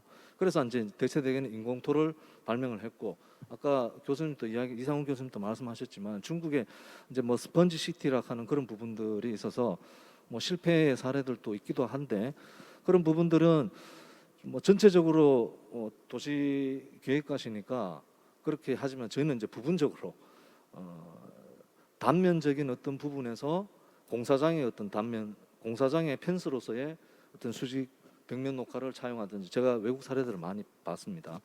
그런 부분인데 제가 조금 시간이 있어서 보여드렸을 건데 일본에 보면은 필름 파밍이라고 아주 얇은 필름에다가 식물을 키웁니다. 그리고 중동 아이맥 필름이라는 건데 삼투압 현상으로 해서 그렇게 하는 일본 사람이 개발했는 겁니다. 지금 중동 지방에서 그 얇은 필름 10cm도 안 되는 토양에 인공 토양에서 올리브 나무를 키우고 그다음 과일 나무를 키우게 되는 그런 변화들이 있습니다. 실제적으로 그런 부분이면 어떤 인공 구조물에 우리가 구사하고자 하는 어떤 생태적인 그런 부분들을 진행해 나갈 수 있지 않겠느냐 예, 그런 부분들을 생각하고 있습니다. 예, 네네. 본부장님 예, 고맙습니다. 네. 예, 특히 그런 그러니까 토양 부분, 인공토 생육 기반 그 부분 상당히 상세하게 설명을 해주셨는데요. 좀 이제 더 시간이 있었으면 좋겠지만 우리가 지금 플로어나 또 우리가 참석자들의 지금 이렇게 올라온 질문에 대해서 대답하는 시간을 이렇게 가져보겠습니다. 먼저 오충현 교수님에 대한 이제 질문이 있는데요. 코로나 고령화 이후에 코로나 시대의 고령화 이후 미세먼지 도시숲 분야에 많은 변화가 있을 것이라고 말씀하셨는데 구체적으로 어떤 변화가 있을까요? 그리고 연구자나 공공기관이 해당 변화에 어떻게 대응해야 할지 궁금합니다라고 했습니다. 간략하게 답을 주시면. 네, 질문 감사드립니다.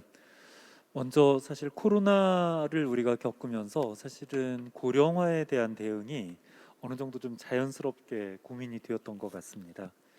이제 코로나는 우리가 젊든지 아니면 연세가 드셨든지 멀리 이동을 못하고 이동에 이제 제약을 받는 그런 상황이 발생하게 되었는데요. 사실 고령화나 초고령화의 문제라고 하는 것이 똑같이 이동의 제약과 같은 부분들이 있을 수 있습니다.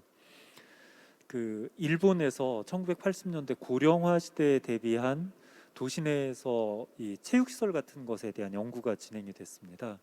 그 중에 우리가 많이 알고 있는 것이 대표적으로 게이트볼 같은 것들인데요. 그러니까 일본도 1960년대, 70년대 국토 내에 상당히 많은 골프장이 만들어졌었습니다. 그런데 이제 연세가 드신 분들이 그 골프장까지 차를 운전해서 가시고 운동을 하시는 게 어려워질 것이다라고 하는 예상 때문에 그러면 거주지 내에서 어르신들에게 맞는 운동이 뭐가 있을까 해가지고 개발되기 시작한 것이 우리가 잘 알고 있는 게이트볼이나 또는 우리나라에서는 아직 활성화되지 않았지만 뭐 파크 골프 같은 공원에서 커다란 공을 치는 그런 개념들이 발달을 하게 되었는데요.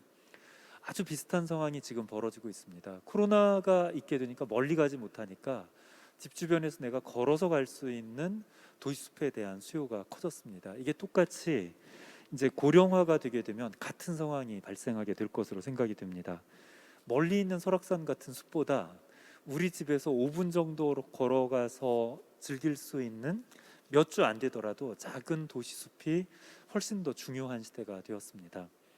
여기서 이제 조금 더 나가게 되면 서울과 같은 공간에서는 그런 도시숲을 생활권 안에서 확보하는 데 상당한 어려움이 있게 됩니다. 결국은 건축 설계가 변화하든지 아니면 기존에 있는 옥상을 녹화를 하든지 이런 바탕으로 해서 생활권 안에 우리가 할 수 있는 최대한의 녹지를 회복해야지 되는 그런 기술이나 시도들이 훨씬 더 활발해지게 될 것으로 생각이 됩니다. 그리고 앞에 이제 박 본부장님이 말씀해 주셨던 것처럼 멀리 있는 녹지보다 가까이 있는 녹지를 우리가 느끼고자 하면 수직 녹화와 같은 것들이 훨씬 더 많이 활성화될 것이다라고 하는 생각이 들어서요.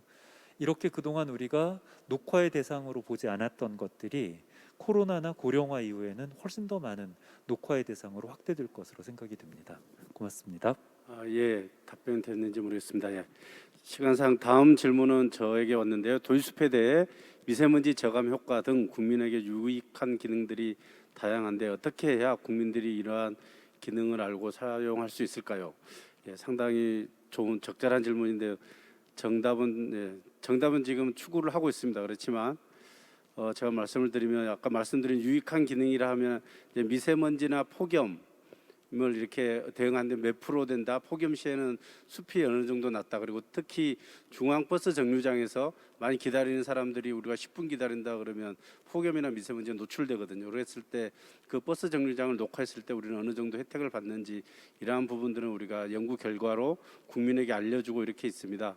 특히 미세먼지 부분은 산림 미세먼지 측정 넷이라고 해서 지금 20개소 60지점에 우리 특광역시하고 사이트가 있습니다. 산림 미세먼지 측정 넷을 검색해 보면 데이터가 10분마다 이렇게 나옵니다. 그래서 올해 그 고농도 때 3월 때 고농도 때 보면은 상당한 이제 미세먼지 저감 효과가 있는 것을 확인을 했고요. 1년 동안 저희들이 이제 연구에서 1년에 37.5g의 한 그루당 35.7g 그렇게 되고 총 몇 킬로그램 이렇게 나오는 수치를 실제 이제 측정해 봤더니 그 정도 수치도 나오는 것도 있고 낮게 나오는 지역도 있고 이러한 부분이 있었습니다. 그런데 이러한 부분이 쉽게 시민들에게 피부에 와닿으려면 어떻게 해야 되냐면 숨 편한 길, 내가 만약에 이 근처 역에서 아니면 서울역에서 내가 미세먼지 고농도일 때 편하게 숨을 편하게 쉬고 갈 수 있는 길이 어떤 길일까, 아니면 더웠을 때 폭염을 피하는 길은 어떨까라는 이제 그러한 앱을 만들기 전 단계 인터페이스 연구를 이미 지금 수행을 했습니다. 그래서 우리가 국가연구기관에서 앱을 만들기 하면 안 되고 앱을 만들기 전 단계인 인터페이스, 그래서 어떤 길로 가면은 시간은 다소 걸리지만 돌아가는 길이지만 그늘이 많고 숲을 더 많이 볼 수 있는 길입니다라는 이제 그러한 부분에서 피난처 부분도 차고 그러한 연구를 했습니다. 예, 이 정도. 다음은 박종화 본부장님께 질문인데요. 미세먼지 실용화 연구 수행하시며 난관은 없으셨는지 궁금합니다. 또한 해당 연구의 실용화 확대를 위한 공공기관의 역할은 무엇이라고 생각하시나요? 라고 질문이 있었습니다. 죄송합니다. 아까 제가 이 답변에 대해서 답변을 하다가 미처 다른 데로 좀 다른 대답을 한 것 같습니다. 죄송합니다. 난관이라는 부분에 아까 서두에 말씀을 드렸다시피 연구실에서 이루어진 그 데이터를 제가 이제 실행을 하는 과정에서 그걸 정확하게 산출해내거나 그걸 현장에 적용했을 때에 나오지 않을 그런 경우들이 이제 부직이 있습니다, 사실. 그렇다면은 그 이슈만 키워드만 갖고 그걸 이제 현장에 실행화 시킬 수 있느냐, 그런 부분들에 대해서는 저희들이 상당히 많이 고민을 하는 부분들이고요. 그리고 가급적이면 저희는 이런 연구 결과들에 대한 이해도를 높이고 그 이해도를 높여서 가장 가까이 그거를 실현할 수 있고 구현할 수 있는 저희들의 기술적인 역량을 개발하는 것들이 저희들의 어떤 맡은 바 임무라고 생각을 하는 내용입니다. 그리고 실제적으로 연구부 하시는 분들이 놓치는 여러 가지 어떤 부분들이 많이 있습니다.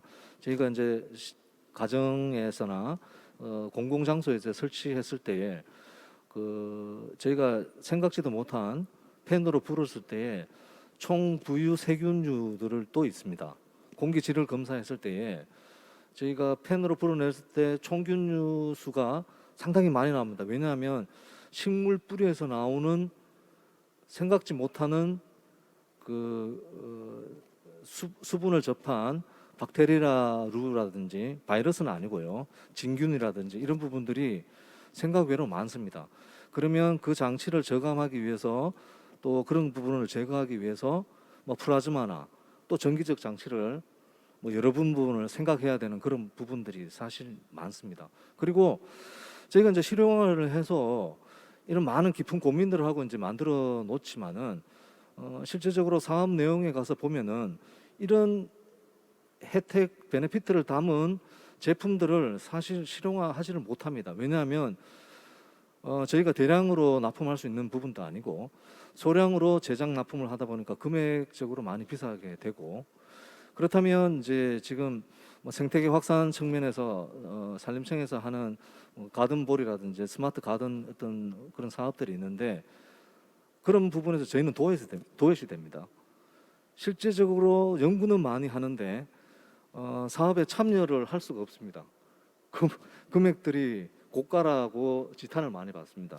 미세먼지 기작들이라고 이야기하는 그런 부분들에 대해서 받는 수요자 측면에서는 아주 쓸데없는 이야기라고 생각을 하시는 부분이 있고, 단지 이제 지금 확산되고 있는 부분들은 각 지방마다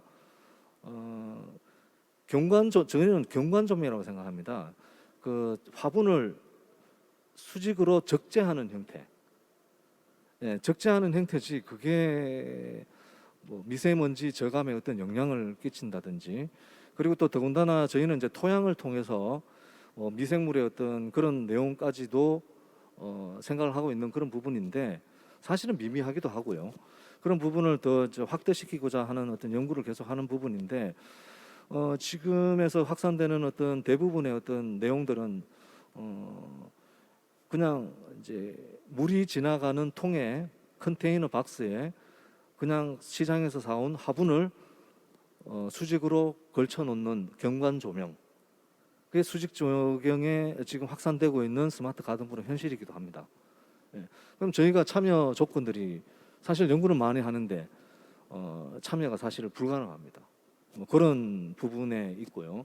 그렇다면 저희는 이제 조달을 통해서 이제 국가 조달을 통해서 이 부분을 이제 난관을 이제 깨보려고 하는데 그 부분도 또 각 지방 지자체에 가면 또 시행이 되지 않습니다.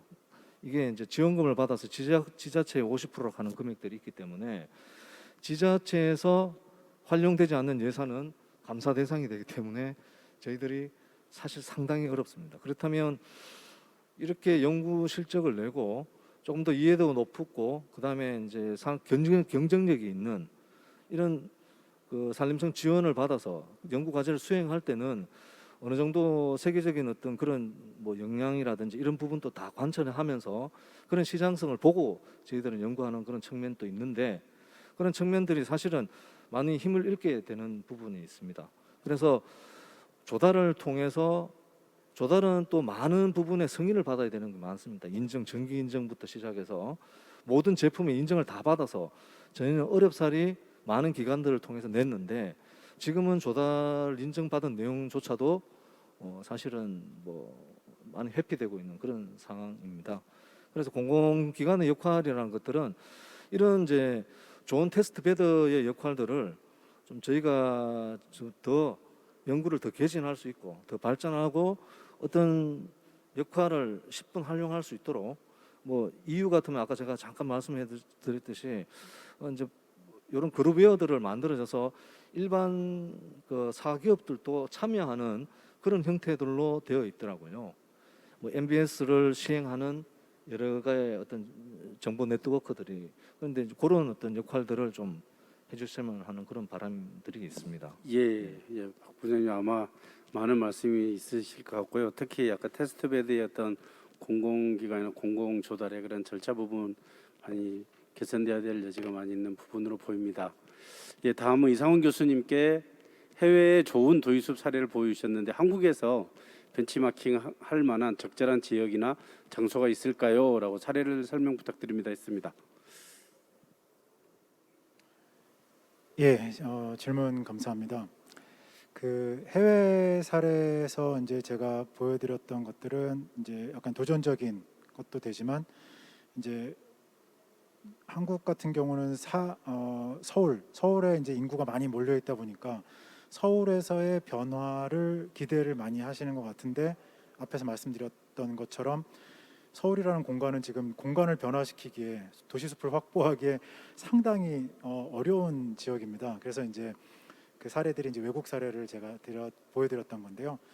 대전에 제가 이제 언뜻 지금 질문 듣고 떠오르는 것 중에 하나가 대전의 한밭 수목원 같은 경우를 보시면 대전을 이제 서울이랑 바로 비교하기 힘들지만 어떻게 보면 이제 도시, 그러니까 대전도 나름 큰 도시니까 크게 발달되고 인구가 많이 모여 있는 도시 지역인데도 불구하고 한밭수목원 같은 경우는 아주 울창하게 큰 나무들을 잘 보존하면서 또 시민들이 이용하는 공간으로서 활용을 하고 있거든요.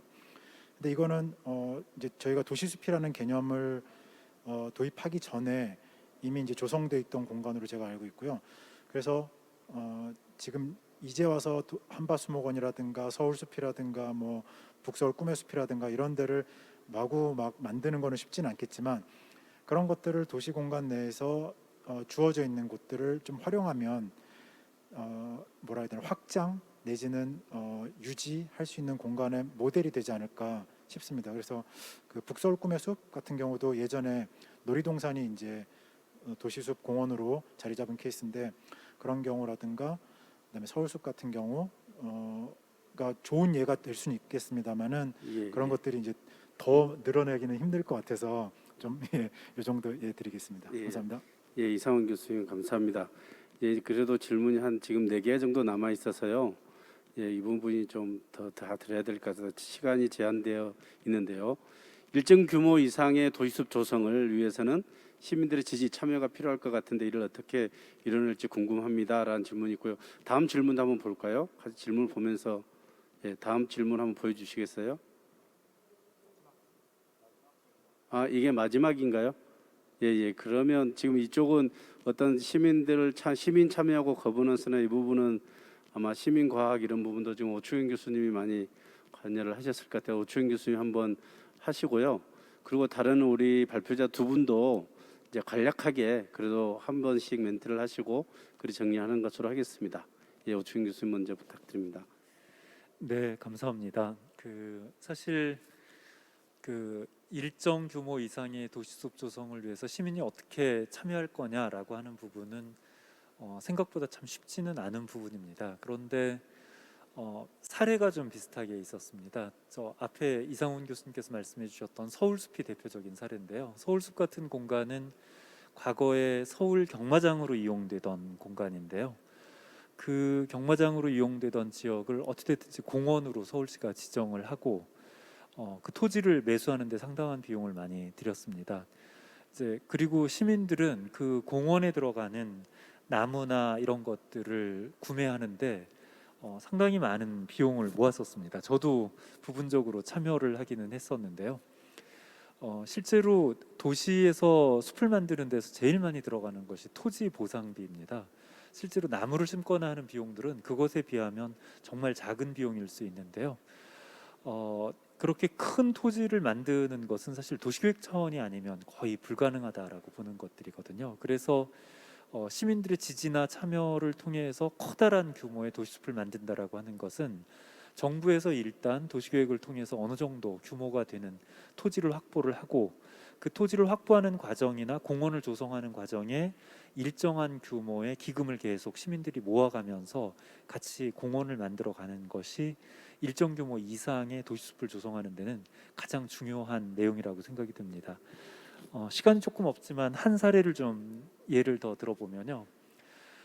안양에 가면 삼덕공원이라고 하는 공원이 있습니다. 삼덕재지라고 하는 커다란 공장이 그동안 우리가 안양에서 많은 경제 활동을 했기 때문에 안양 시민을 위해서 그 토지를 기부를 하고 그 다음에 시민들이 성금을 모아가지고 공원을 조성한 사례인데요. 이처럼 시대가 바뀌게 되면 그 기업의 사회환원이나 사회참여라고 하는 측면에서 기업들이 가지고 있는 일정 규모 이상의 토지를 공공에게 기부를 하게 되면 저런 시민 참여형 커다란 숲이 만들어질 수 있는 기회가 될 수 있을 것으로 생각이 됩니다. 감사합니다. 예, 감사드립니다. 예, 박종화 본부장님 이렇게 짧게 한번 오늘 전반적으로 다 이렇게 마치셨는데요. 좋은 사례와 이런 부분을 많이 말씀하셨는데 한 말씀 부탁드립니다. 네, 우선 제가 참여한 장소에 실제적으로 저희가 처음 이렇게 세미나 겸 이런 장소에 처음입니다. 그래서 많이 부족한 점이 있었습니다. 죄송한 말씀을 드리고요. 이런 도시 숲이나 생태 기반을 운용하고 실행하는 입장에서 저희도 이제 많은 연구와 그런 여러 어려운 과제들을 좀 하나하나 해결해 나가는 그런 내용에서 좀 이제 도움이 되고자 하는 그런 부분들에서 저희들 참여했습니다. 여기에 와서 기꺼이 말씀 들어주신 분들한테 감사드리겠습니다. 이상 마치겠습니다. 예, 그리고 이상훈 교수님도 한 말씀 부탁드립니다. 마무리 발언. 마무리인가요? 예, 오늘 그 도시숲 관련해서 제가 이제 강의도 하고 있지만 이렇게 좀 많은 사람들을 대상으로 얘기할 수 있는 기회가 있었던 건 되게 뜻깊은 자리였던 것 같고요. 이렇게 초대해 주셔서 감사하고요. 그다음에 아까 그 도시숲을 조성하는 측면에 있어서는 센트럴파크, 뉴욕의 센트럴파크가 어떻게 보면 좀 이해가 될 수 있을 것 같은데 그때도 뉴욕 시장님의 결단이 있었기에 시작이 될 수 있었다고 알고 있거든요. 물론 다른 많은 요소들도 있지만 그래서 아까 오충현 교수님 말씀하신 것처럼 부지를 확보하는 차원에서 시발이 되지 않으면 그 다음은 좀 힘들겠다. 그 다음에 그렇게 됐을 때는 시민들의 이제 참여와 활동을 통해서 홍보도 하고 유지 관리를 하는 거는 시민들이 얼마든지 많이 힘이 될 수 있을 것 같습니다. 그래서 어떤 공공과 시민의 합작이 되어야 어떤 걸작이 나오지 않을까 그런 생각해보고 앞으로 도시숲 분야에 대해서 많은 관심을 가져주시는 계기가 됐으면 좋겠다고 생각합니다. 감사합니다. 예, 이상원 교수님 감사드립니다.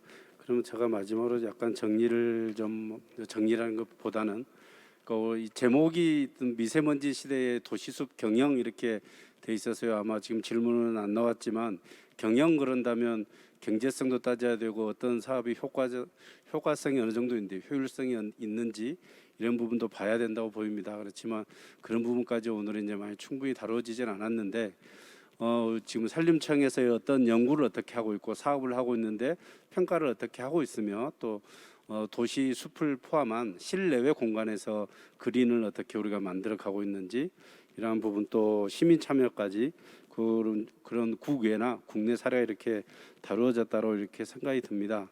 실제로 이상훈 교수님 맨 처음 던졌던 화두 그러니까 정말 나무에게 물어보면 소나무가 아마 강원도에 있는 소나무하고 이야기를 할 수 있다라면 서울에 있는 소나무는 그래 난 재수가 없어서 여기에서 자라고 있나 봐. 먼지랑 뭐 폭염에 이렇게 했고 난 힘들어라고 할 겁니다. 그러니까 싫겠죠. 그렇지만 우리는 그러한 부분을 그럼 나무를 정말 배려하고 우리가 이러한 정책을 하고 있는지 이런 데서 한번 이제 되물어볼 수 있는 그런 부분에서 참 좋았던 세미나라고 보입니다. 이제 특히 이러한 해결책에 있어서 실제로 미세먼지 배출원을 줄이면 문제가 없다라고 그 공학하는 환경공학하는 사람들은 말을 하지만 그리고 숲이 어느 정도 줄인다고 하지만 그게 얼마 정도 줄일 거냐 배출을 줄이면 되지라고 하지만 적게나마 그린이 어느 정도 줄일 수 있는지를 정량화하고 이러한 부분을 가치화해서 국민에게 알리고 이러한 부분이 이제 시민들이나 시장의 의사결정 과정까지 우리가 정책까지 풀어진다라면 더 좋은 이런 진짜 도시숲의 경영의 그런 시대가 될 수 있으리라고 이렇게 생각합니다. 예, 오늘 우리 두 분 발표자님 좋은 발표 고맙고요. 그리고 오충현 교수님 이렇게 좋은 토론 시간 가지게 해주셔서 감사합니다. 예, 이렇게 저희 우리 이렇게 마치고요. 이 마이크를 우리 황건한 센터장님께 넘기겠습니다. 예. 네, 장시간 그 네 분 그 토론자분 모시고 열띤 토론 들어봤습니다. 이상훈 교수님, 오충현 교수님, 그리고 박종화 본부장님, 박찬일 연구원님께 다시 한번 박수 부탁드리겠습니다. 그러면 이것으로 이번 세션은 마무리 짓는 걸로 하고요. 다음 3-3 세션이 있습니다. 이 부분은 지역 기반 순환 산림 경영을 위한 도전과 과제라는 제목으로 16시부터 진행되겠습니다. 네, 오늘 참석해 주셔서 감사합니다.